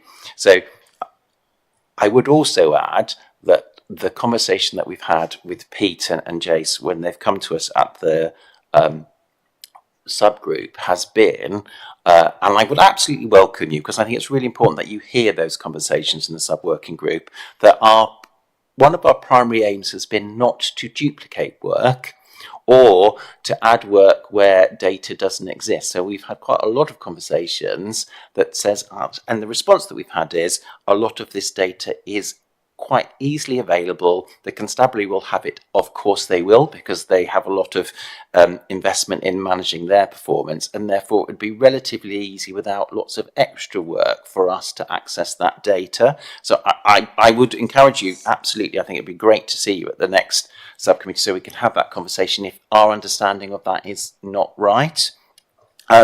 We can, of course, I think, get to some point where we discuss actually the format of the data that we get in the future. But I just thought it was really important that we put those things on record when we've been given some extra documentation in our panel meeting. So I'm going to open it up now so that I can get a list of people who want to ask questions so that I can take that before we get into debate. Brilliant. Fantastic. So, first of all, then, if I can start with Dave. Thank you, Chair. Thank you, Commissioner. 2 points quickly. Thank you for the presentation. One, as a reflection really on the shoplifting piece of work, and certainly I suspect with the cost of living crisis and all the rest, that's likely to go up because of the pressures that some people experience. But I've spent some time in the last couple of years, since not being on this committee, working closely with the co-op movement, co-op party. You mentioned of it in Portsmouth, the Southern Co-op, but also the Shop Workers Union, USDOR, about addressing that. And I just wonder whether there's scope for more cooperation with those in terms of looking at whole systems approach to that. There are some excellent examples in East Anglia I came across at a conference that might be worth emulating. But the main point I wanted to touch on was road safety issues in Southampton. We don't have, or I'm not aware of, any community speed watch there, possibly because it's not been a priority in Southampton because of other priorities are much higher about crimes, violent crimes and things like that. But I have to say that in recent years, this is becoming an increasing community concern. And there are, I mean, regularly Southampton can look like Monte Carlo racetrack with people with their high performance cars who can afford luxury apartments in Ocean Village, using the roads to compare to race each other without much apprehension. But we also have, I don't know what the technical expression is, but what the residents call rat running in residential areas where people are cutting through there with great frequency, and a lot of frustration about the inability to address that. And I just wondered whether how we might go about perhaps looking at a community speed watch which adapts to the urban challenges that we face. And I think particularly some of the frustration that we've got is the data. You touch on the data there, which is great, but I've been monitoring that, and the number of fatalities in Southampton has been increasing year on year over the last 10 or 15 years, even though the overall accident rate hasn't necessarily gone up. And I just wondered that particular pedestrians, particular cyclists, are very concerned, but every time they try to articulate that, or the council tries to respond to this in terms of environmental transport management issues, there's a toxic counterculture of this is a war on motorists, we can't do this, which doesn't make it very easy. So I just wonder whether there's something we perhaps could do, and I've certainly made a little note that there's resources potentially available through your office, that we can start to develop an approach to community speed watch or citizen speed watch in our urban areas that can get to grips with some of those very real issues. Thank you. Thank you, Councillor Shields. I'll take them in the order they came, if that's okay. So the issue to do with shoplifting, yes, you're right. In fact, actually, one of the most serious incidents of armed robbery in a co-op was actually in Shirley in Southampton, I think about 5 years ago. I don't know if you remember it, with two ladies opening up a shop at 5 o'clock in the morning to put the bakery on, being locked in a back storeroom, and it was incredibly frightening. And I think for the co-op, it had a profound impact on them as an employer and the safety of their workers. I have met with them and gone through actually the whole incident. We reviewed it together. They are a brilliant employer, as you know, and they're a brilliant partner actually in the community. And what they recognise, and you'll know this because actually whilst I referenced the trial that's currently going on in Portsmouth with the City Council in terms of what the co-op are doing with that diversion scheme around the persistent drug addicts and alcoholics who are literally stealing almost hourly, the same thing has happened in Southampton.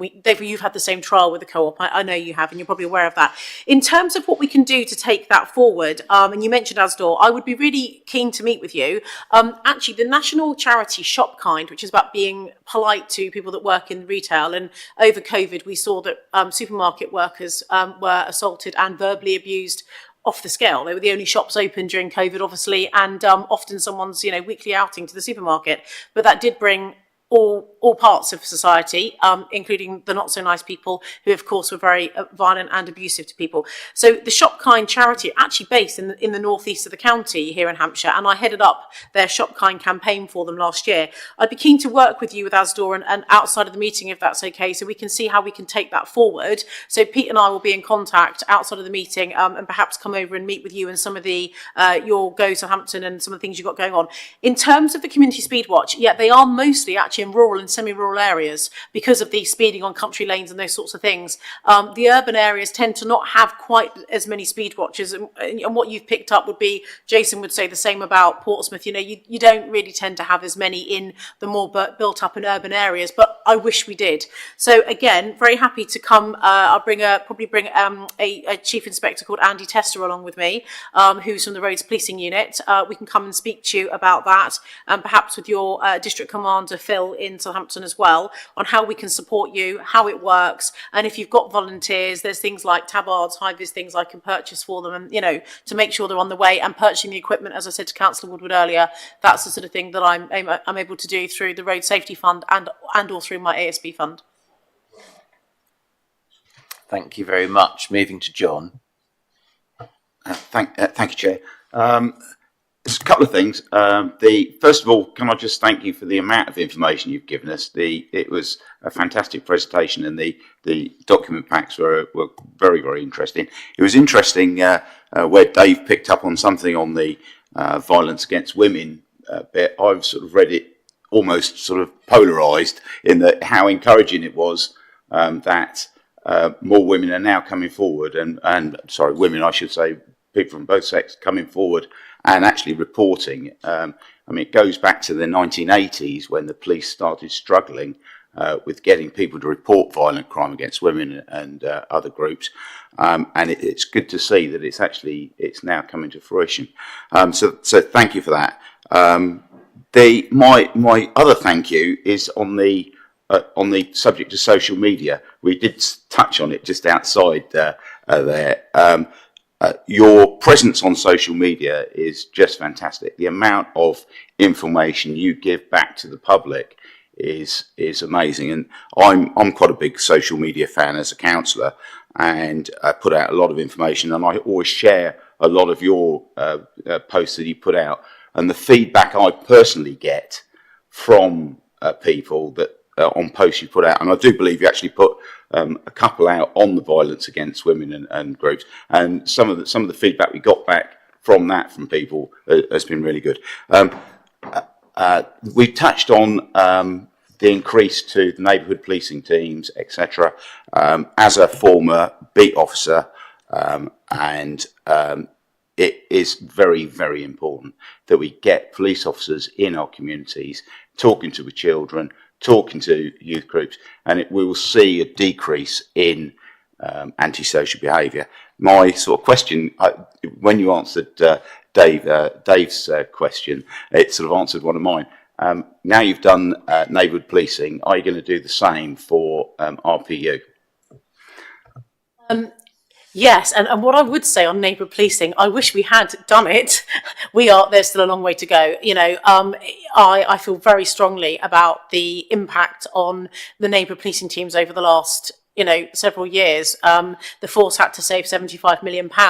Budgets went up for the last 2 years this year, and we've, as part of the comprehensive spending review, I've got assurances that the policing precept that I received from the Home Office will go up until every year till 2025. Let's see what happens beyond then. So now is the time that we are now spending more money. Local policing, honestly, if there is anyone in this room or any member of the public that are watching this that are frustrated by the police not turning up when there is a shoplifting, not responding properly on 101, not prioritising coming to a grade 2 quicker than 2 days, 1 day, 8 hours, whatever it might be, I can only assure them that things are going to change. But I had to have the new Chief Constable had to be standing alongside me to do that. I truly believe in Scott Chilton. I have got a remarkable Chief Constable who knows this force inside out and back to front, having worked here for 28 of his 30 years in policing service. You probably have worked with him or know him. He has come back to us from Dorset in February this year, and he and I are together, absolutely together, on our vision for that relentless pursuit of bad people, of getting them locked up. On some of the issues, and you referenced again Dave's point, I don't want to sit here and say to you everything's rosy. It's not. I'm telling you it's not. I'm telling you we need to change and rebuild and repair things. What I am saying to you, and on the RASO, the rape and serious sexual assault stuff, is yes, it's great that we're reporting. Actually, the victim services I'm commissioning, I think, are some of the best in the southeast of England. But what I am pushing is get them through the criminal justice system quicker, get the investigations done quicker, get them to the CPS quicker, get the court date, the trial date, if it's going to trial and not a sentencing, get that done quicker. And also the CPS, take more to trial, take more to sentence, because actually, if you look at the overall RASO stats in terms of what is going to trial, it's still not where I would like it to be, and that is my job to keep pushing that on your behalf unequivocally, and I will keep doing that like a dog with a bone. I should also mention as well, when I talked about the Marine Unit previously with a question about Nicola Bully, that of course Councillor Gledhill, you were previously a Marine Unit police officer and led the strategy and everything else for what we have, and I'm sorry I omitted to say that previously. Yeah, it was a very interesting case, the Nicola Bully one. If anybody wants to speak to me about bodies in the water, I'm quite happy to talk to them afterwards. Thank you for that.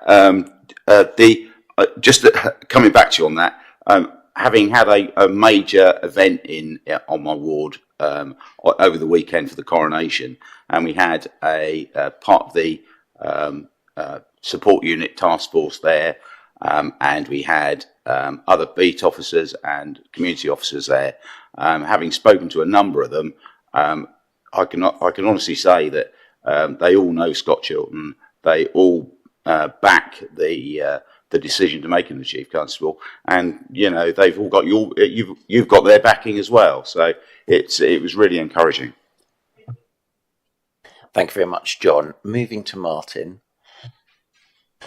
Thank you, Chair. Thank you, Commissioner. How are you doing? Good to see you. Thank you for all your briefings and your team there. That's good. All good stuff. Just one thing on. I'm going to pick on rapes because it's obviously a contentious, one of the more contentious crimes, and we often hear, as we've heard this morning, that there is an increasing number of people reporting rapes because they are feeling more confident that they're able to do so. I'm just wondering, when we blithely say we're getting more evidence of rape because people are more inclined to report it, or are we missing a point in the fact that because, as I understand it, maybe you can correct me, there is a much lower conviction rate now than there has been historically, on what evidence is there that there is a level of confidence to report rape given the low conviction rate? I'm happy to repeat the question much more slowly if necessary. Thank you. Thank you very much. The reporting of rapes has increased predominantly with white females. Where we have an issue is women from ethnic minority backgrounds who are less inclined to trust the police and to report. And there is some work that needs to be done there. In fact, the Chief and I were talking about this just this week, because we need to do greater outreach. Now, obviously, we do have a predominantly, white population in Hampshire and the Isle of Wight, the same as the rest of the country. But that means that we need to work extra specially hard in those communities where domestic abuse and sexual assaults are more hidden. And so I'm cognizant of that. I'm working with different groups across the county to try and address that. There's some brilliant people in Councillor Bound's patch as well, who are really, really focused on digging down into communities. Councillor Fasakli will know, the Kurdish community and others the Bangladeshi community in Portsmouth. Again, Southampton, you've got some other fantastic connections through the City Council into some of those groups where we really need to be working a bit harder. In terms of the lower conviction rate and that putting people off, and the point you were making, is it putting people off? Absolutely. Absolutely. There are victims that come to me that haven't spoken to the police. They feel they need to tell somebody, and I guess I'm that somebody in the policing sphere, but they don't want to go through the ordeal of a trial. And we do still have people in this country who say that, I've had this said to me by the mother of a rape victim, who I take it on good faith first hand from mum that it was, or second hand from mum, that this is what the young lady had said, that the trial itself was as traumatic as the rape. And that was a trial back from the offence was committed in 2020 after lockdown lifted at the end of August, September time. But the sentencing, there was DNA, so it wasn't a trial. It was it was a trial. It ended up being a trial. He pleaded guilty to something separate. How harrowing that was, and I took that as a case study back to the MOJ. What they have done is issued significant new rape guidance, and I've been very key in working with them on that, with Sophie Linden, the Labour Deputy Mayor for London, around, because she's my counterpart in Victims nationally, around how the access in the shift turns to not investigating the victim during a trial and their sexual past, and if they've ever had an abortion, or things that really should be largely irrelevant unless there's a direct connection, to putting the perpetrator. Obviously, it should be about them and what they have done. So that's really, really key. Secondly, the introduction of Section 21 of the Courts Act, which means that victims can now, when they come into they often don't go to police stations, they go to a set building that the police use. When they're giving their statement, they're also able to undertake their cross-examination with the defence barrister at that time, so that they can start their recovery and they're not waiting, as I said, 1 to 2 years for the rape trial to happen. They can get on with their recovery and the trauma that they're learning to live with straight away. And then that evidence that they gave, let's say, a year ago to a barrister who cross-examined them via a video link, then gets played in the courtroom. So they don't even have to physically be in the courtroom anymore and give that evidence. That's absolutely key. We've also done a huge amount of work around our victim's voice. So there's a huge survey that we launched through the office on really feeding into a lot of this stuff. And we did specific sessions. So somebody who works with Pete in our team called Natasha ran, was it 4 sessions, I think, Pete? Was it? Anyway, ran a number of sessions where she heard directly from victims on what they, and it was very much around, what do you know? What would you learn? What's your feedback? How can the system be improved? Which has been key. So a lot of work going on, a lot of improvements happening, slowly, probably not as fast as we would all like them. I think the government, the MOJ and the Home Office, I should say, are in listening mode, but there's still a long way to go. And of course, the introduction of the new Victims Bill, it was laid down in part Victims and Prisoners Bill, which came as a bit of out the shock at the last minute, that prisoners bit on the end, but that was laid down in Parliament on the 29th of March. I have been extensively involved in that with the MOJ through the pre-draft last year, the consultation, the feedback of the consultation, and now the legislation, as I say, laid in Parliament on the 29th of March, and then had its second reading in the Commons this week. We'll go on to the Lords. I'll be working through and looking at the amendments as they come in. I've given evidence at select committees as well on the victims and the rape investigation and prosecution. I did that in October 2022. I gave evidence to the select committee, and when the Victims Bill becomes law, in whatever iteration that happens to be, there will be a new Victims Code of Compliance that local authorities, Crown Prosecution Service, probation, policing commissioners, my role in that will be to make sure that they are all doing what they need to do. There's so much stuff that I'm doing. I feel like an hour 4 times a year sat here talking to you is just not long enough. I need to probably unpack some of this outside of the meetings for you as well. But there is an enormous amount I'm doing behind the scenes to try and help and hold to account the force. Thank you for that. I'm more than happy to listen to what you have to say at any time, just in case you want to invite me. Thank you. I wish all members of the public felt the same. Thank you, Commissioner Dave. I was just writing no pain, no gain. So I've prepared a few things. The first thing is, for the benefit of the panel, new panel members particularly, I've been with this panel since its inception, and I've seen all the police and crime commissioners that have come through, and as exampled by the paperwork, I've seen what's good and what's not good, and there are other members on the panel who can think, well, that was good, but some of it was not. So that context is there. There are diverse approaches.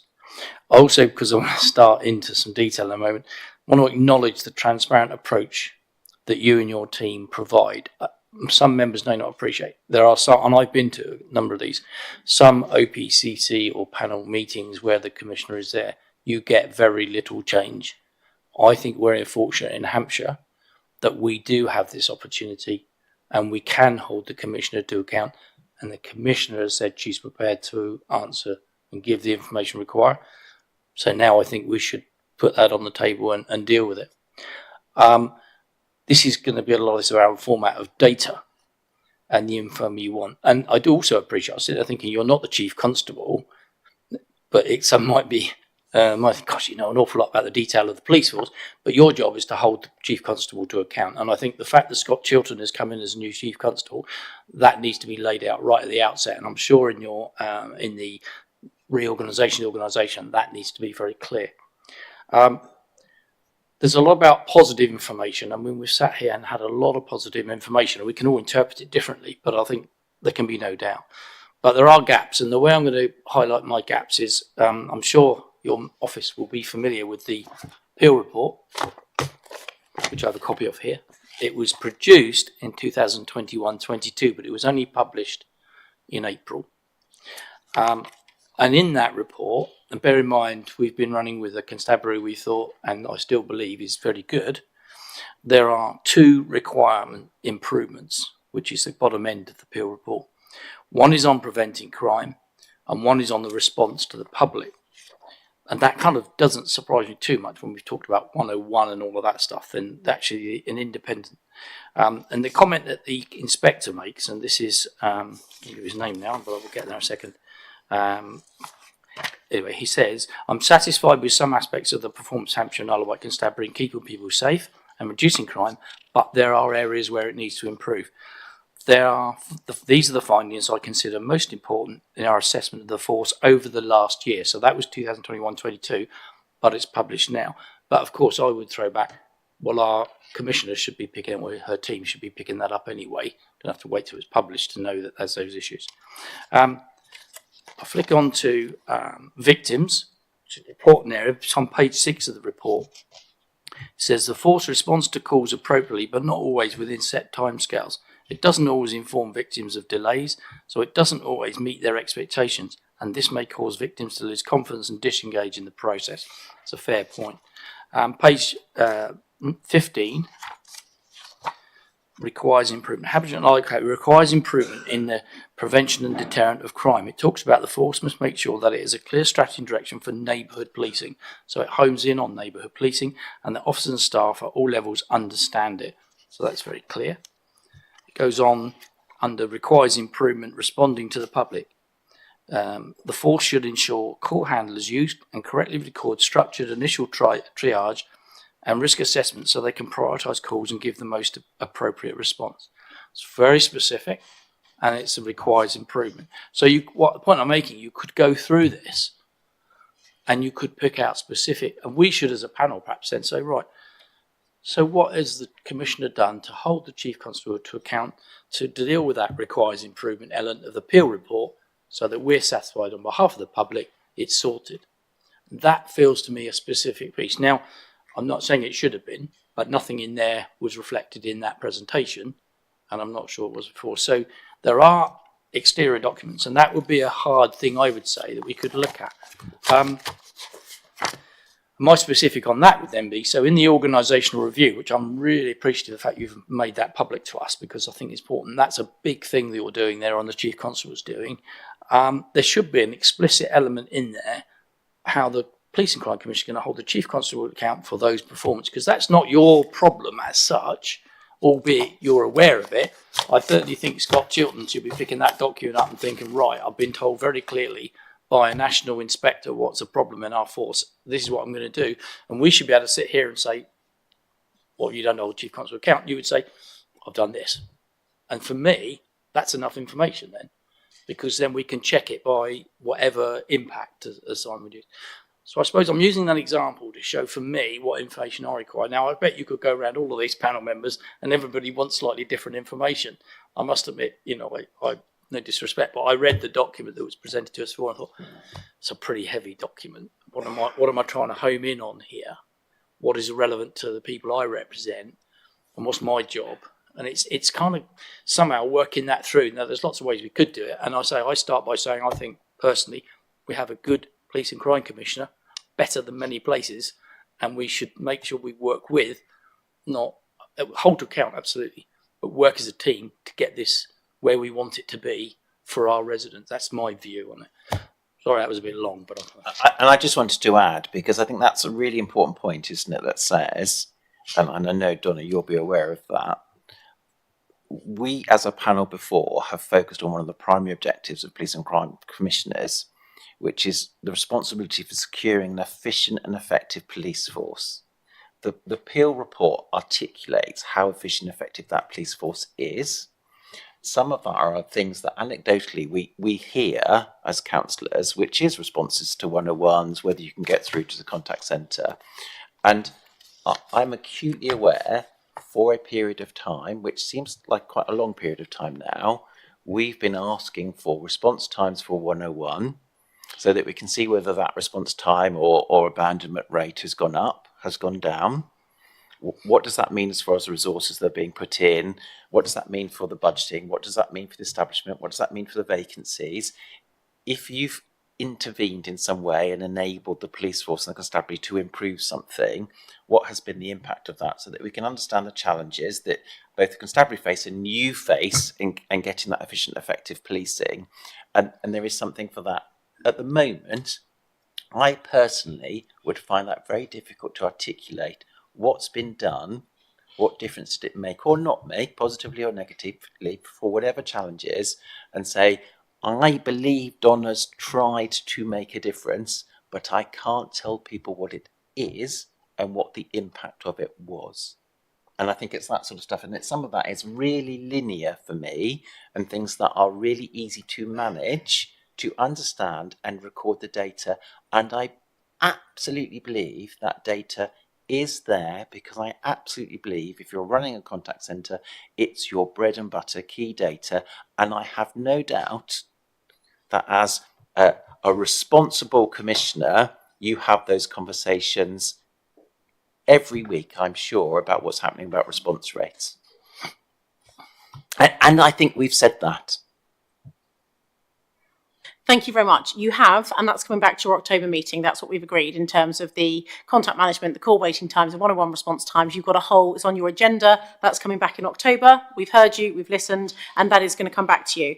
I'm going to just go back and break down the points that you've made. Councillor Stewart, hallelujah. At last, we're getting somewhere. We are getting to a point where there is a chunky piece of work that you are clearly articulating to me you want me to do around Peel, and I am delighted. You won't have seen any of that in here in the presentation, because this wasn't about Peel improvements. No. This was about the delivery of my police and crime plan, which was written before this Peel report was even a twinkle in my eye. So they are two completely different, separate pieces of work. And a lot of the issues that have, and some of the stuff that's very good that Peel report picks up that we are rated good on.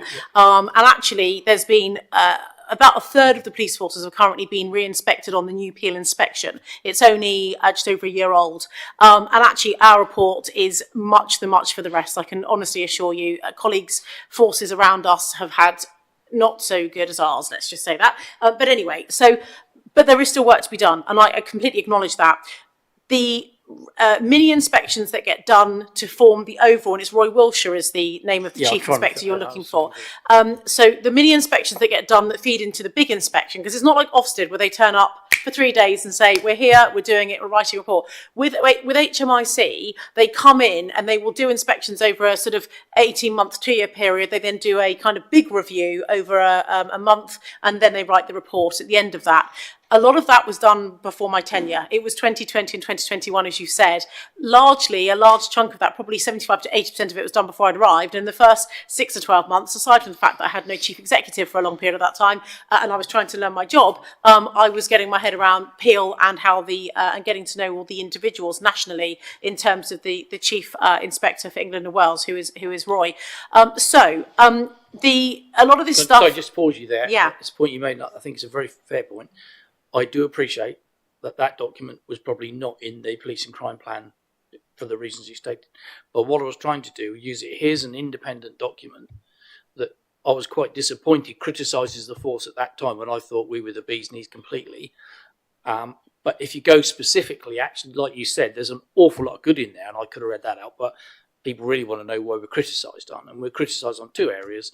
And for me, right, that's it then. That's those 2 that need improving. Then we go back to the top of the tree. Well, I mean, look, before I'd even knew about how the Peel inspection worked, when I was a starry-eyed candidate wanting to be Police and Crime Commissioner, and when I then first landed and then turned my manifesto into my Police and Crime Plan, obviously there were a number of things the public were telling me. 8,000 people told me during the consultation that I ran to write my Police and Crime report that they weren't happy with local response times, 101 times. They weren't happy with how the police were not responding to shoplifting, burglaries, whatever it may be. So there are a number of things that need to get better in the Peel inspection that are actually covered in here. I guess what I'm trying to say is that report and the presentation and the working group on my police and crime plan is not the right forum to cover Peel. I think you probably need to have a separate group around Peel, and we could maybe make this a separate item agenda. It will never be covered in my police and crime plan specifically, because that's about project management, data, case studies, quantifying qualitative data around what I'm doing, which is what the panel have asked me for, and we've worked very hard to try and do that behind the scenes. And just, So what I'm trying to get to with the Peel stuff is that there is an awful lot that needs to improve and change. When did I start speaking to Scott Chilton about this? The day after I announced he was going to be chief back in November. Obviously I was cognizant of a lot of these things, and I truly believe the only way for us to get better at preventing crime, as you said, one of the requires improvements, and responding to the public, whether that be on the telephone or physically responding to 101 and 909 calls, is by changing the policing model, the operating model. You'll know that, so will John, as previous police officers, and Leslie. And that's why I had 4 red lines when I recruited a new chief constable. I have been working very, very hard for you all behind the scenes. I'm limited in what I can say in a public forum, but I have been, the new chief starting has been a crucial moment for me on the 23rd of February. And one of my red lines was the operating model. We are going to be moving back to a geographical policing model. You will understand that, as will colleagues in the room. And that for me is absolutely crucial. So I get it. A lot of these issues were pre my time. It's been published on my watch, so to speak. I absolutely did not wait for this report to be published. I was already thinking about what I wanted from my new chief, building it into my recruitment process, setting it as his PDR objective, setting it as the red lines for recruitment, working on that operating model. As I say, 8 weeks in force. He's already redesigned it. It starts in June. You're going to get a presentation on how and what that will be. It will take up to November to do it, to make the changes. Recruitment is already going on. New chief superintendents appointed across the county. You are going to get the whole layout of what this is, but please be rest assured what you're going to get on the 6th of June is absolutely directly linked to the Peel report, and I would be delighted to pick this up with you and give you updates at every panel meeting on exactly what and how is happening to make sure that we get to the very best we can be in those areas. So I'll just come back to you on that. I think I used the Peel report because it wasn't part of that. And I wanted to give you a specific example where, for me, and as I say, it differs. I was thinking, right, I want to know about those 2 things there in the whole of that report. And you've just articulated exactly what you do, which I didn't know all of that, and I'm grateful for that. and also when I get the opportunity to speak to the Chief Constable, I'll ask him exactly the same thing. And I do appreciate, I repeat, you're not the Chief Constable, but it sounds like you're on his case, which is good, because actually I think if the public, and I'll probably put it in the public domain, we're aware that we're a really good force. There's lots of good stuff, but there's the inspection's picked up 2 issues and we're dealing with it. That for me is all the effective data I need for that particular issue. And that's what I think one of our panel challenges is we've got to be clear to you what we need. And if we're not being, you need to come back and say, well, what do you mean by that?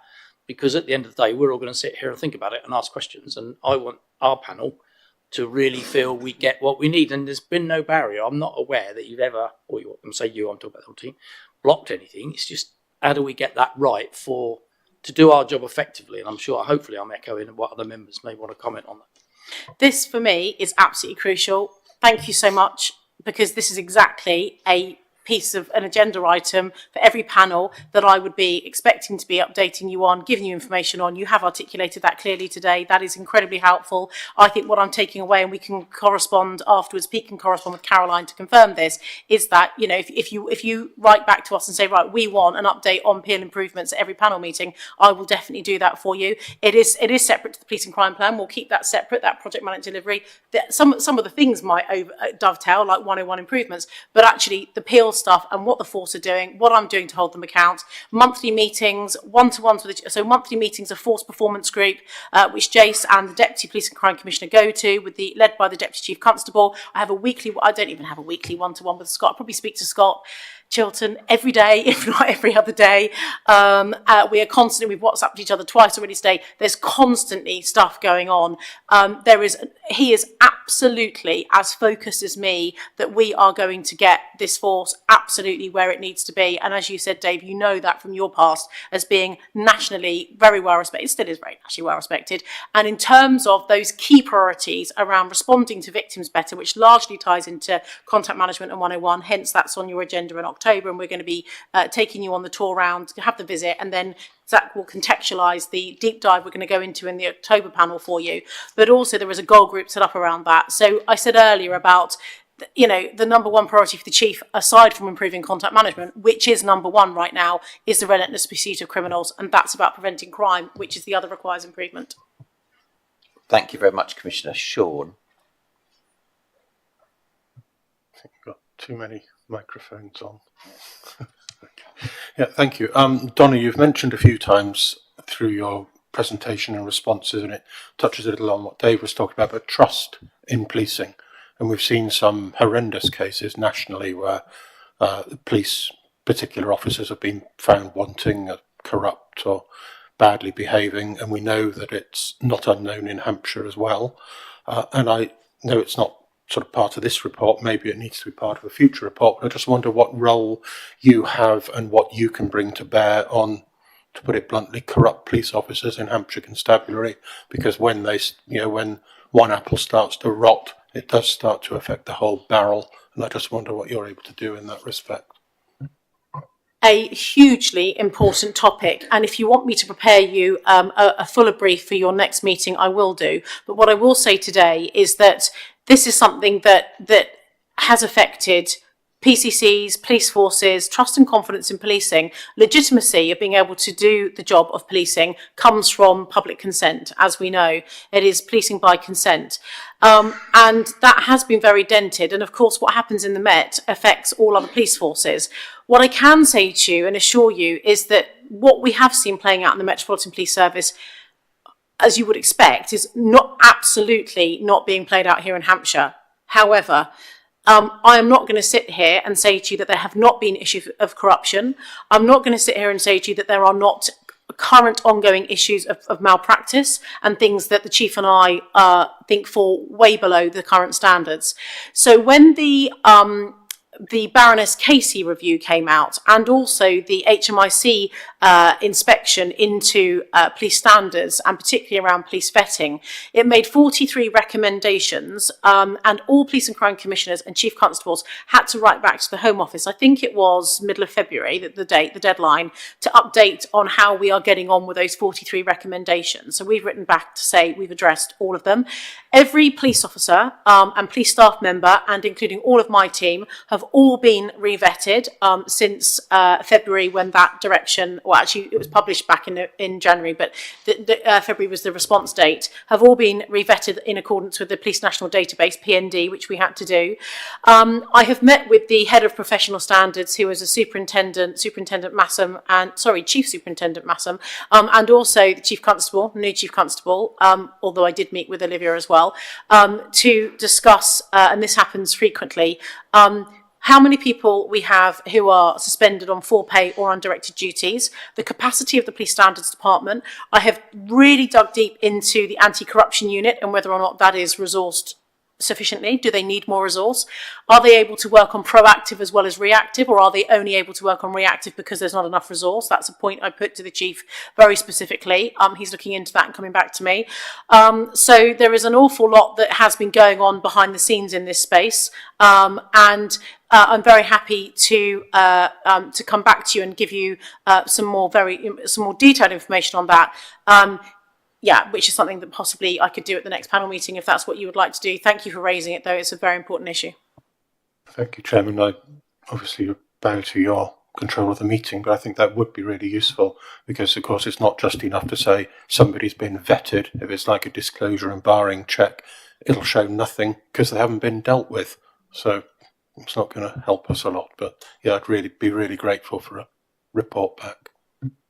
Thank you very much. I'm now going to Margot. Chairman, thank you. Donna, I wish you'd been at the performance panel as well, because we have now been asking for a year for your baseline data against the deliverables in your plan. We are here to help you do a good job. We are here to help you evidence that you are doing a good job. Now, I think there are more than 30 deliverables in your plan. Today we have seen the baseline data for 6. We recognise you cannot deliver against all at once. There's a lot of work to be done. But I would have liked to have seen that baseline data against all 30 deliverables. And I'm concerned that we are now 2 years into your role of 3 years, and we have not yet seen those. Could you reassure me, please, when they will be coming forward? This is where the problems lie. I don't understand what you're asking for. Baseline deliverables, what is that? I don't know what it means. If I may, Chairman, I haven't got the police plan in front of me, but I know that response times, for example, are one of a very important one, as we see from the Peel report as well.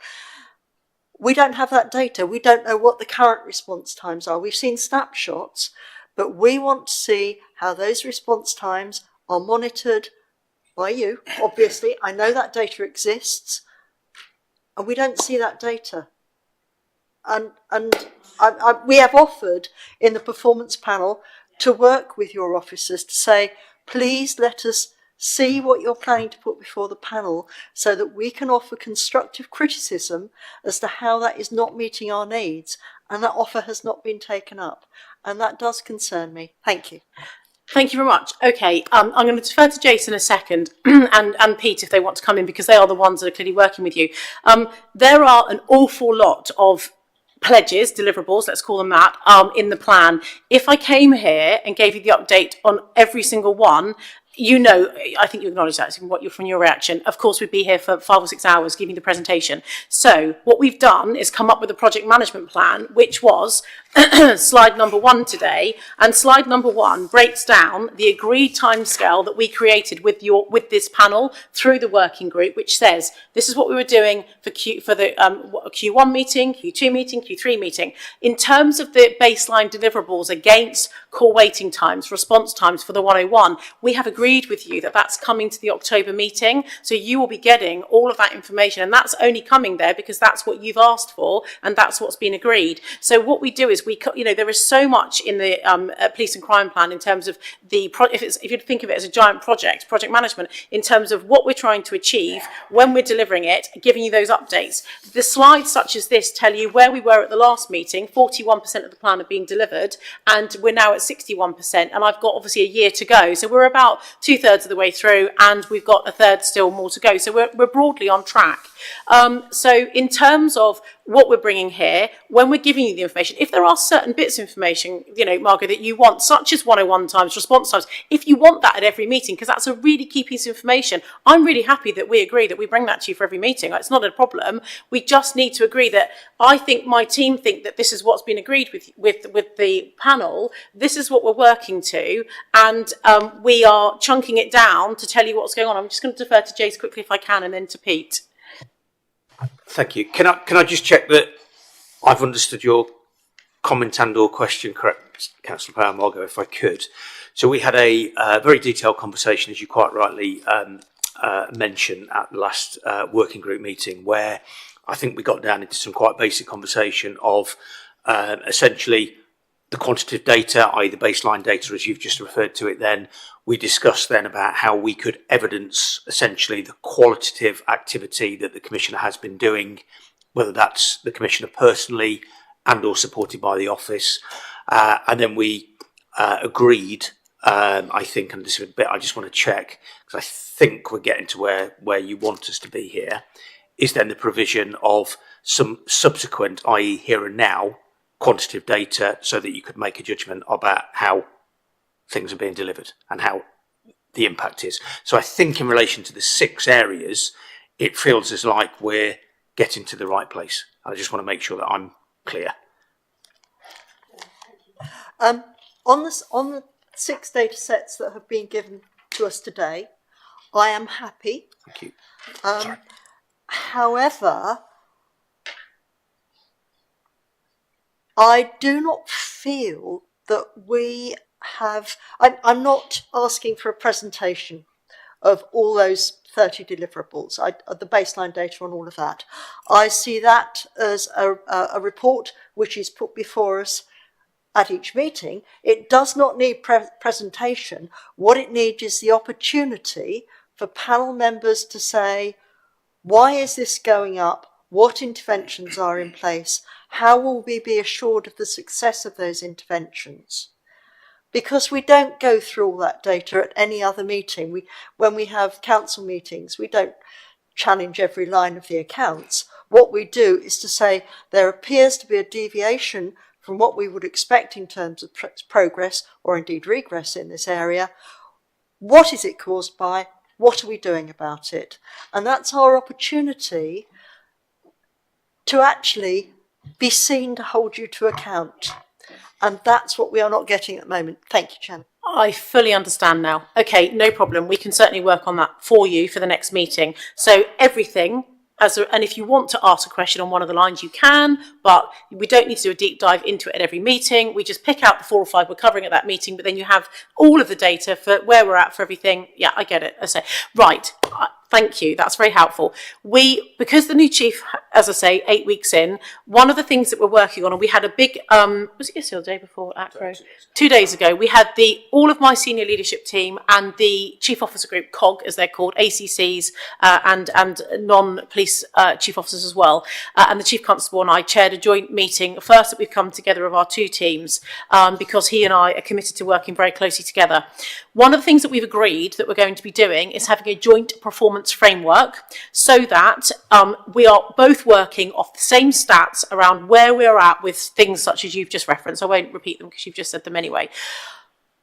I will add that, if that's okay, onto an item agenda for the presentation on the 6th of June, so we can give you an overview of what the new joint performance framework will be. We can show you how it will get laid out. We haven't even designed that yet, but we can show you how it will be laid out so you can see everything, and then I can start bringing that to you for every meeting, if that would be useful for you. So you can get the context from the chief as well on the 6th of June, which is only 3 weeks away, 3 weeks away. So we can then give you that in context of how that will also feed into Peel. It will feed into how my police and crime plan, how I'm holding the chief to account, and how you are holding me to account. I absolutely get that. Yeah. Speaking on behalf of the panel, I believe that would satisfy one of our very early conversations, which is we can hear the update about your plan, but that's an and, not an only, when we've had many conversations about how do we ensure you do your statutory primary objectives, and number one on every list, if you see the responsibilities of police and crime commissioners, is securing that efficient and effective police for their area. So I think that would be incredibly useful to have that. Where are you? Where are they? On that understanding, so that we can understand, scrutinise and support what's happening about that effective, efficient policing element. So I think that would be incredibly useful. I just want to pick up on one tiny procedural addition I would make to Jace, to your narrative about the conversation that we had. I think one part of the frustration may be that from the plan working group and performance working group, we talked about supplying us so that we could give the feedback before it was published about whether it was what we wanted or not.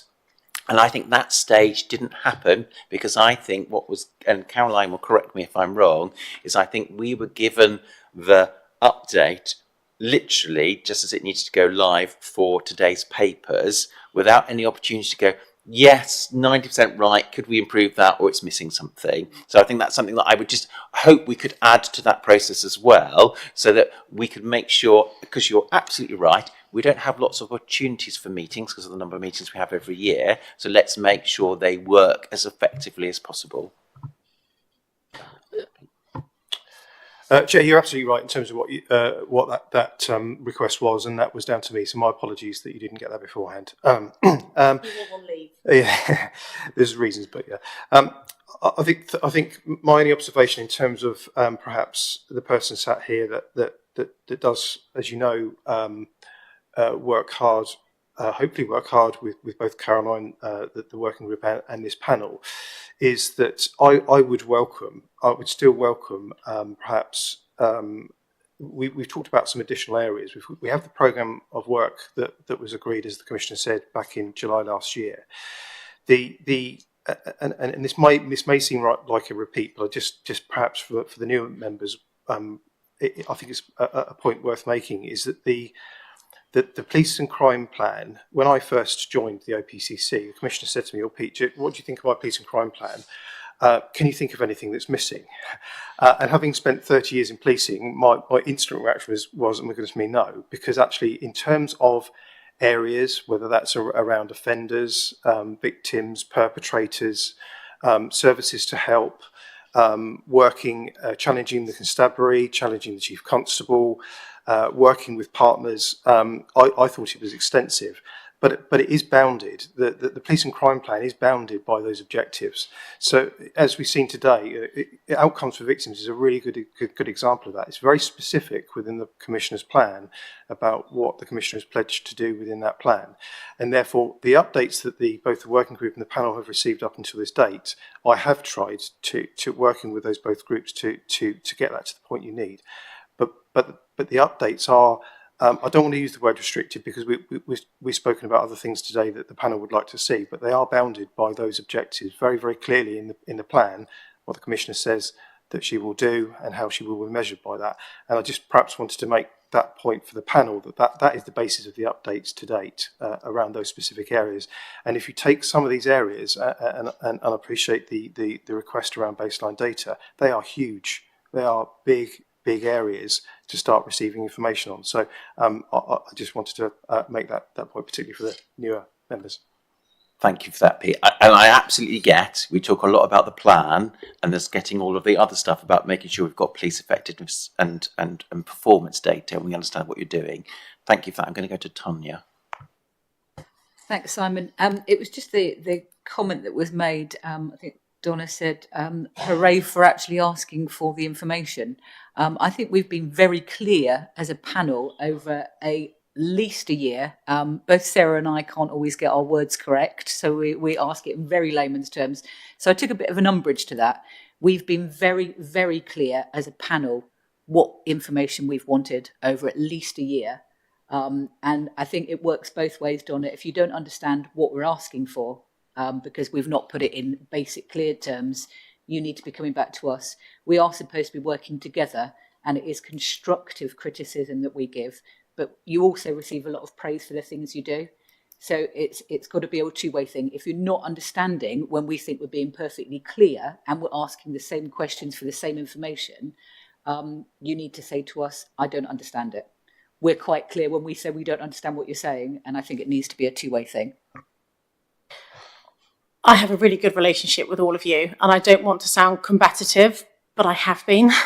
We are working really, really hard, and I have said at every panel meeting, I said this right at the beginning of today, that my team and I have struggled to understand exactly what it is you want. And I've had conversations with panel members outside of this meeting over the last 2 years before you joined the panel, and particularly over the last few months, who also don't entirely understand what other panel members are asking for. So I have asked for it to be put in writing to me. Please go back and watch the old live streams, because I said at almost every meeting, can you confirm to me exactly? Today, I think we've made some real progress. I think the point that Margot's just explained there, you don't want the deep dive at every meeting. You want to see the baseline stats. Obviously, I took that as a comparative to baseline back to comparing to 2019 or 2016 or whatever. Actually, what you're talking about is just where we're going, progress, performance, what's going on. I get that. So I don't want to be as if I'm being combative at any point, but I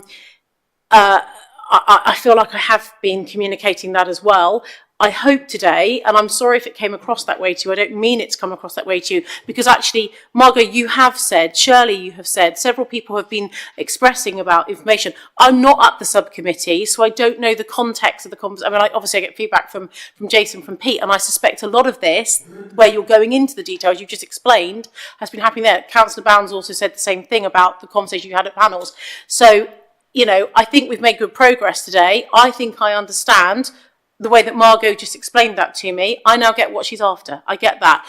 But that's the first time today that I'm now clear on that, if I'm honest with you.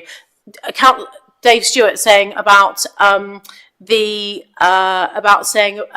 Peel stuff, separate to the police and crime plan. This is your main item agenda, aside from my updates, is us giving you an update on the police and crime plan delivery.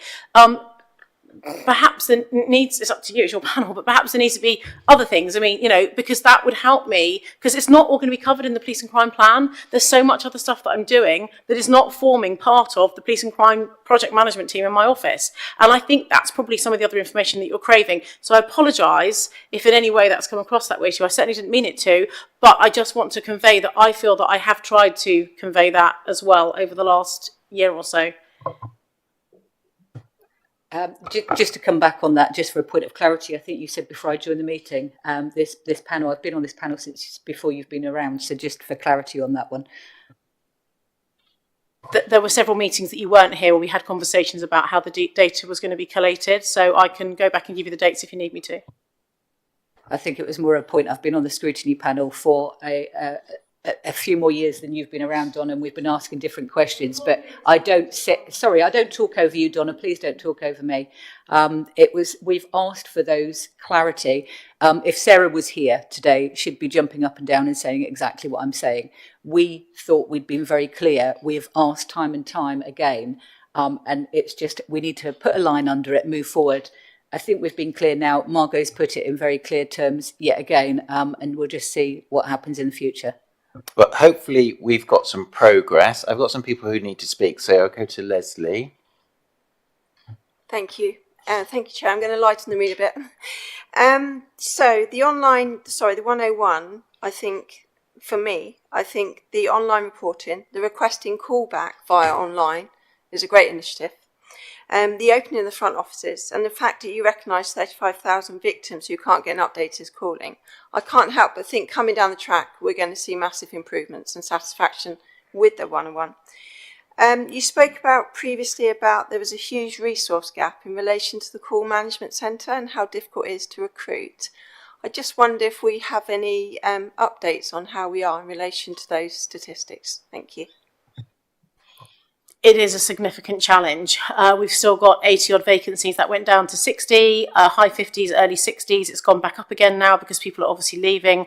And also the key problem that has been happening, and that will slow down now because the police officer recruitment is slowing down significantly now that we've achieved the 600, is that people that come and work in contact management is often a first step into the force and they go on to become police officers thereafter. So actually we've been victims of our own success through getting people into contact management and then on. We are looking at different locations. We've got 2 sites at the moment, as you'll be aware. One is in Netley, the Vicary building that you're coming to, and also in Southampton Police Station, the big PIC in the centre of Southampton.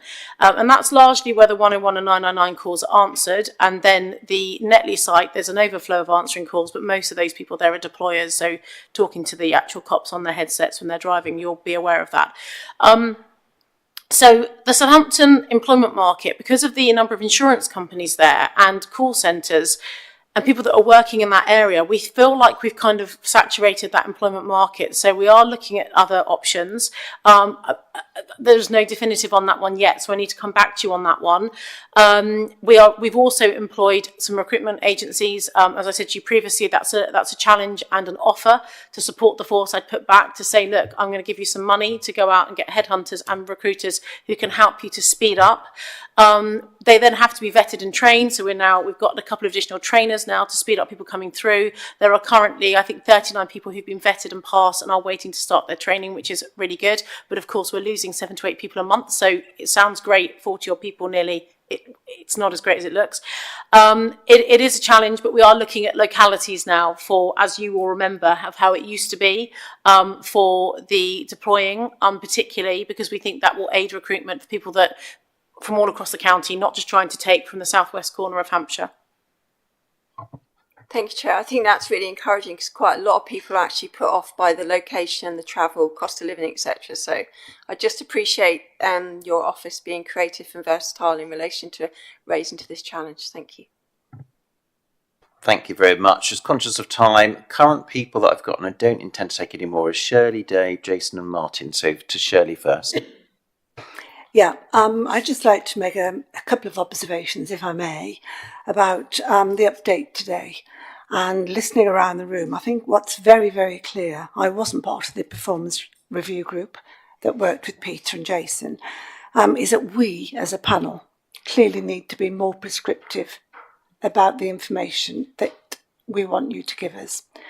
If I take home today, after watching this presentation, I can honestly say I haven't learned anything at all. I've been absolutely impressed with it. And had I been sitting as a member in a public engagement group or a local council, it would have blown me away. As a member of the public, it looks so impressive. But in order to do my job on this panel, I'm seeing the end of the journey. I'm seeing the baseline, but I'm not on the journey with you. I don't know those fundamental details, the nuts and bolts. And if that's working over there, what's not working here, and how can we help you make that work?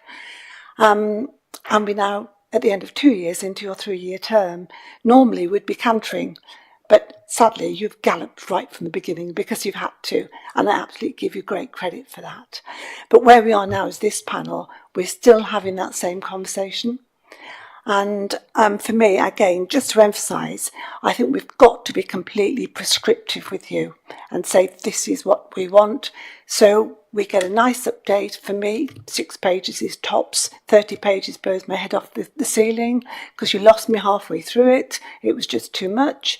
But hey, that's just my personal observations.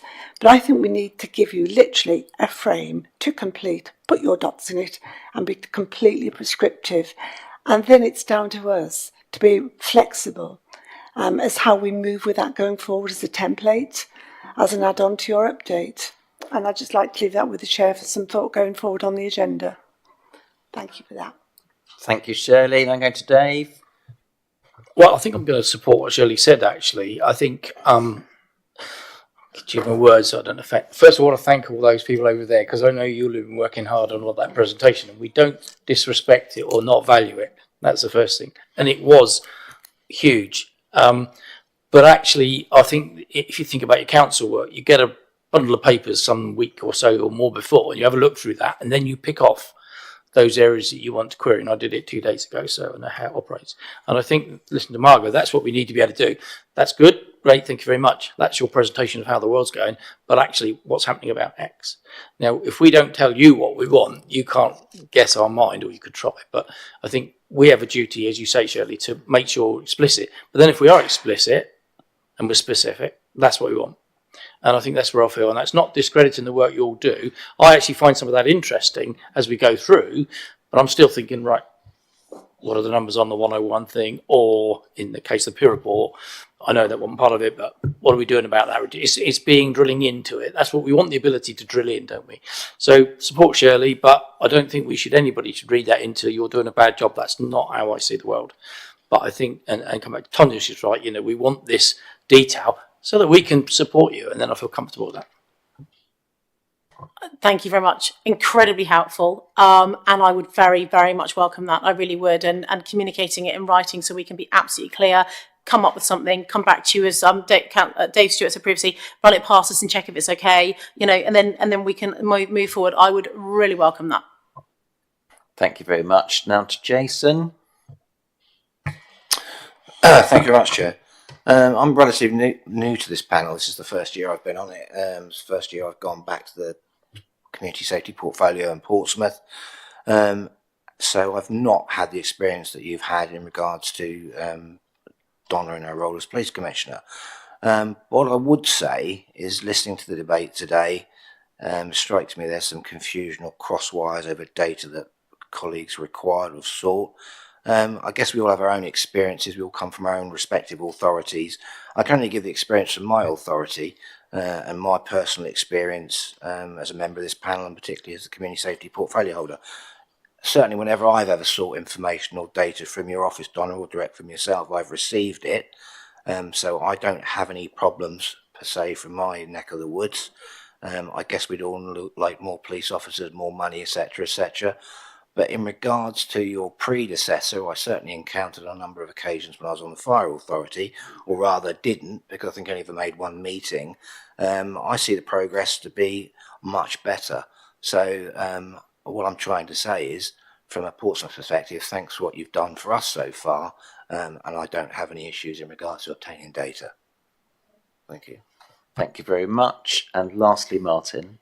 Thank you, Chair. At the risk of repeating what the last three people have said, the simple fact is I would expect to come into meetings like this with having looked at a list of requirements that you think you have asked for, a list of requirements that you think you have been asked for, and I would like to just switch the two documents around and not notice the difference.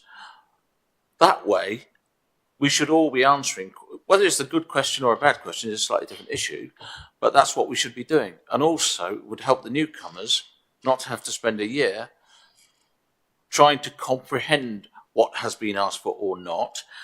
And also the people that aren't on these various subcommittees, which are the majority of us, frankly, don't know what you guys that have been on these subcommittees know what you've asked for. Have I had enough asked for there? Yes, I think I probably have for this meeting, but that's my point of view. Thank you. Thank you for that. And it's certainly something that Caroline and myself and the Vice Chair have been talking about in the last couple of days, so that we can absolutely record what it is we think we've asked for, what we think that detail is, in whatever forum, because I think some of it has been said, even if it's been confused in the public panel, in the sub-working groups, so that we can actually start building some of that sort of table, if you like, to say, actually, this is what we need, whether it be for what I'd call primary objectives or things that can fall out of the plan itself. So I think that's something that Caroline and I can absolutely sort of take forward and say, well, actually, how do we have that conversation? Where do we have that conversation? And I absolutely think either the next performance working subgroup, that'd be really useful, Donna, if you're there, because it's that stuff, isn't it, that says, because if you say, what do you really mean? Because the officers might say, oh, we've got it. And you go, well, do they want this or do they want that? And I can imagine, I can hear that conversation playing out in my head. So I think that'd be really, really useful. As I said, I'm not going to take any more sort of points from anybody. I wanted to put forward the recommendation that's there in our papers that we, the update on the performance delivery of the police and crime plan is noted. Are we all happy to note the plan? Yes, agreed. Anybody not? Nope. In that case, we've noted it. Thank you very much, Commissioner. The rest of the work is ours. Thank you, Pete. Thank you, Jace, for that. Hopefully we found a way through the technical difficulties, even if a little bit difficult, Pete, to juggle paper, pages and what you were going to say. So thank you very much. We move on to item 8, which is our governance update, which is pages 55 and 58. We're presented with a report from the Democratic Services Officer to the panel, proposing an update to the panel's informal complaint resolution procedure and guidance note on the management of unreasonable complainant behaviour. Do members have any comments or questions on the report? Because I'm sure Caroline will be able to answer them, unlike myself. If you do, any questions? Shirley. It is a question. The report seems to be completely silent on when a complaint is timed out, or is there a time frame? Caroline. Thank you. In terms of how long from an incident can a complainant raise a complaint, the legislation outlines that it needs to be raised within 12 months of the incident, and if no good cause is given for the reason of delay in that complaint coming forward, the complaint would then be eligible for disapplication of the regulations if required. So it falls in the complaint protocol under the disapplication, but it might not be fully explicit of all the reasons why that would apply. Is that? You've answered that perfectly. Thank you very much. Any other questions to challenge Caroline on answering? No? No, good, excellent. So the recommendation that we have is that the panel agrees the updated protocol for the informal complaint resolution procedure and guidance note on the management of unreasonable complainant behaviour. Are we all happy with that? Yep. Brilliant, thank you very much. Then moving on to my new item 9, which is the appointments to the complaint subcommittee and the performance and plan working group. I'm going to hand over to Caroline so she can explain who's on at the moment and how many spaces we have. Thank you, Chairman. So following some changes in appointment to the panel after the recent local elections, there are a couple of vacancies on the working group and subcommittee. And normally we'd address these at the AGM, but given that there's several months now till the AGM, I think it's advisable that the panel looks to fill those vacancies just to allow the working group and the subcommittee to effectively discharge their functions during that period of time. So there is currently a vacancy on the complaint subcommittee for a Conservative member. That is because the complaint subcommittee is appointed on a proportionate basis.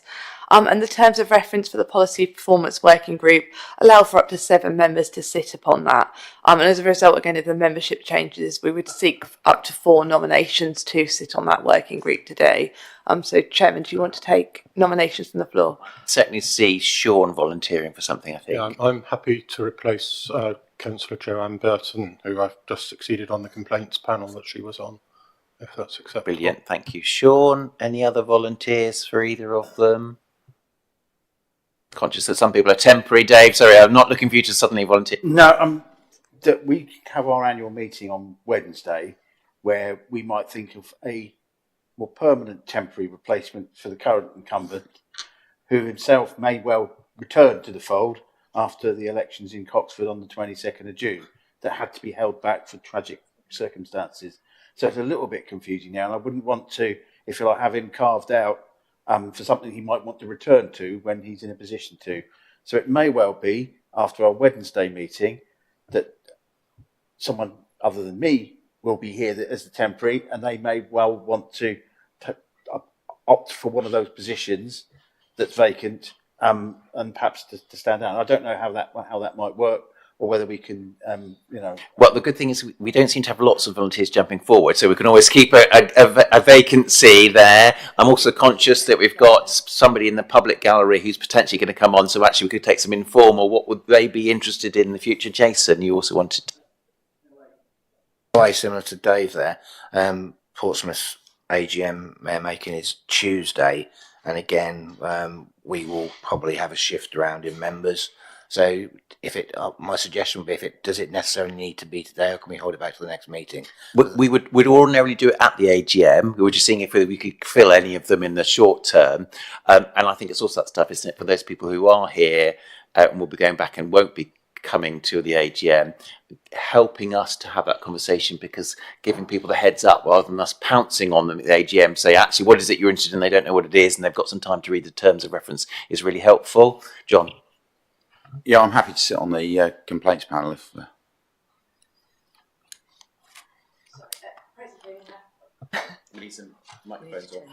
Oh, sorry, no.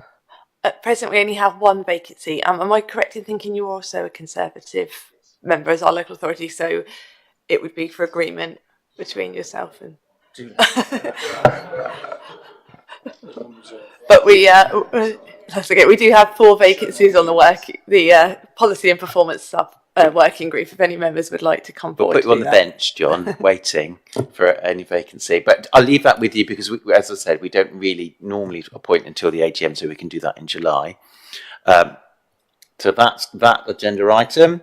And then our new agenda item 10, which was item 9, which is the work programme on pages 59 to 68, is that the work programme follows very much a sort of cycle as far as the municipal year, and that's outlined in pages 59 to 68. I wonder if anybody has any questions regarding it. Oh, Margot. Chairman, I would only question, I think we said we wanted to look at the estate's investment plan, but it may be that be better done at a working group.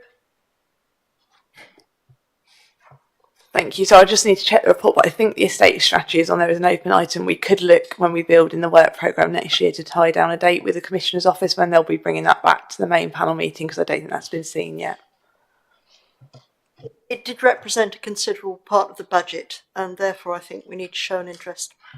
And I think it's probably also an appropriate time, because we do normally have set agenda items. What I would suggest, if everybody is happy, is we do have a standing item, which instead of calling it the Peel report, I do suggest we call it efficient, effective policing.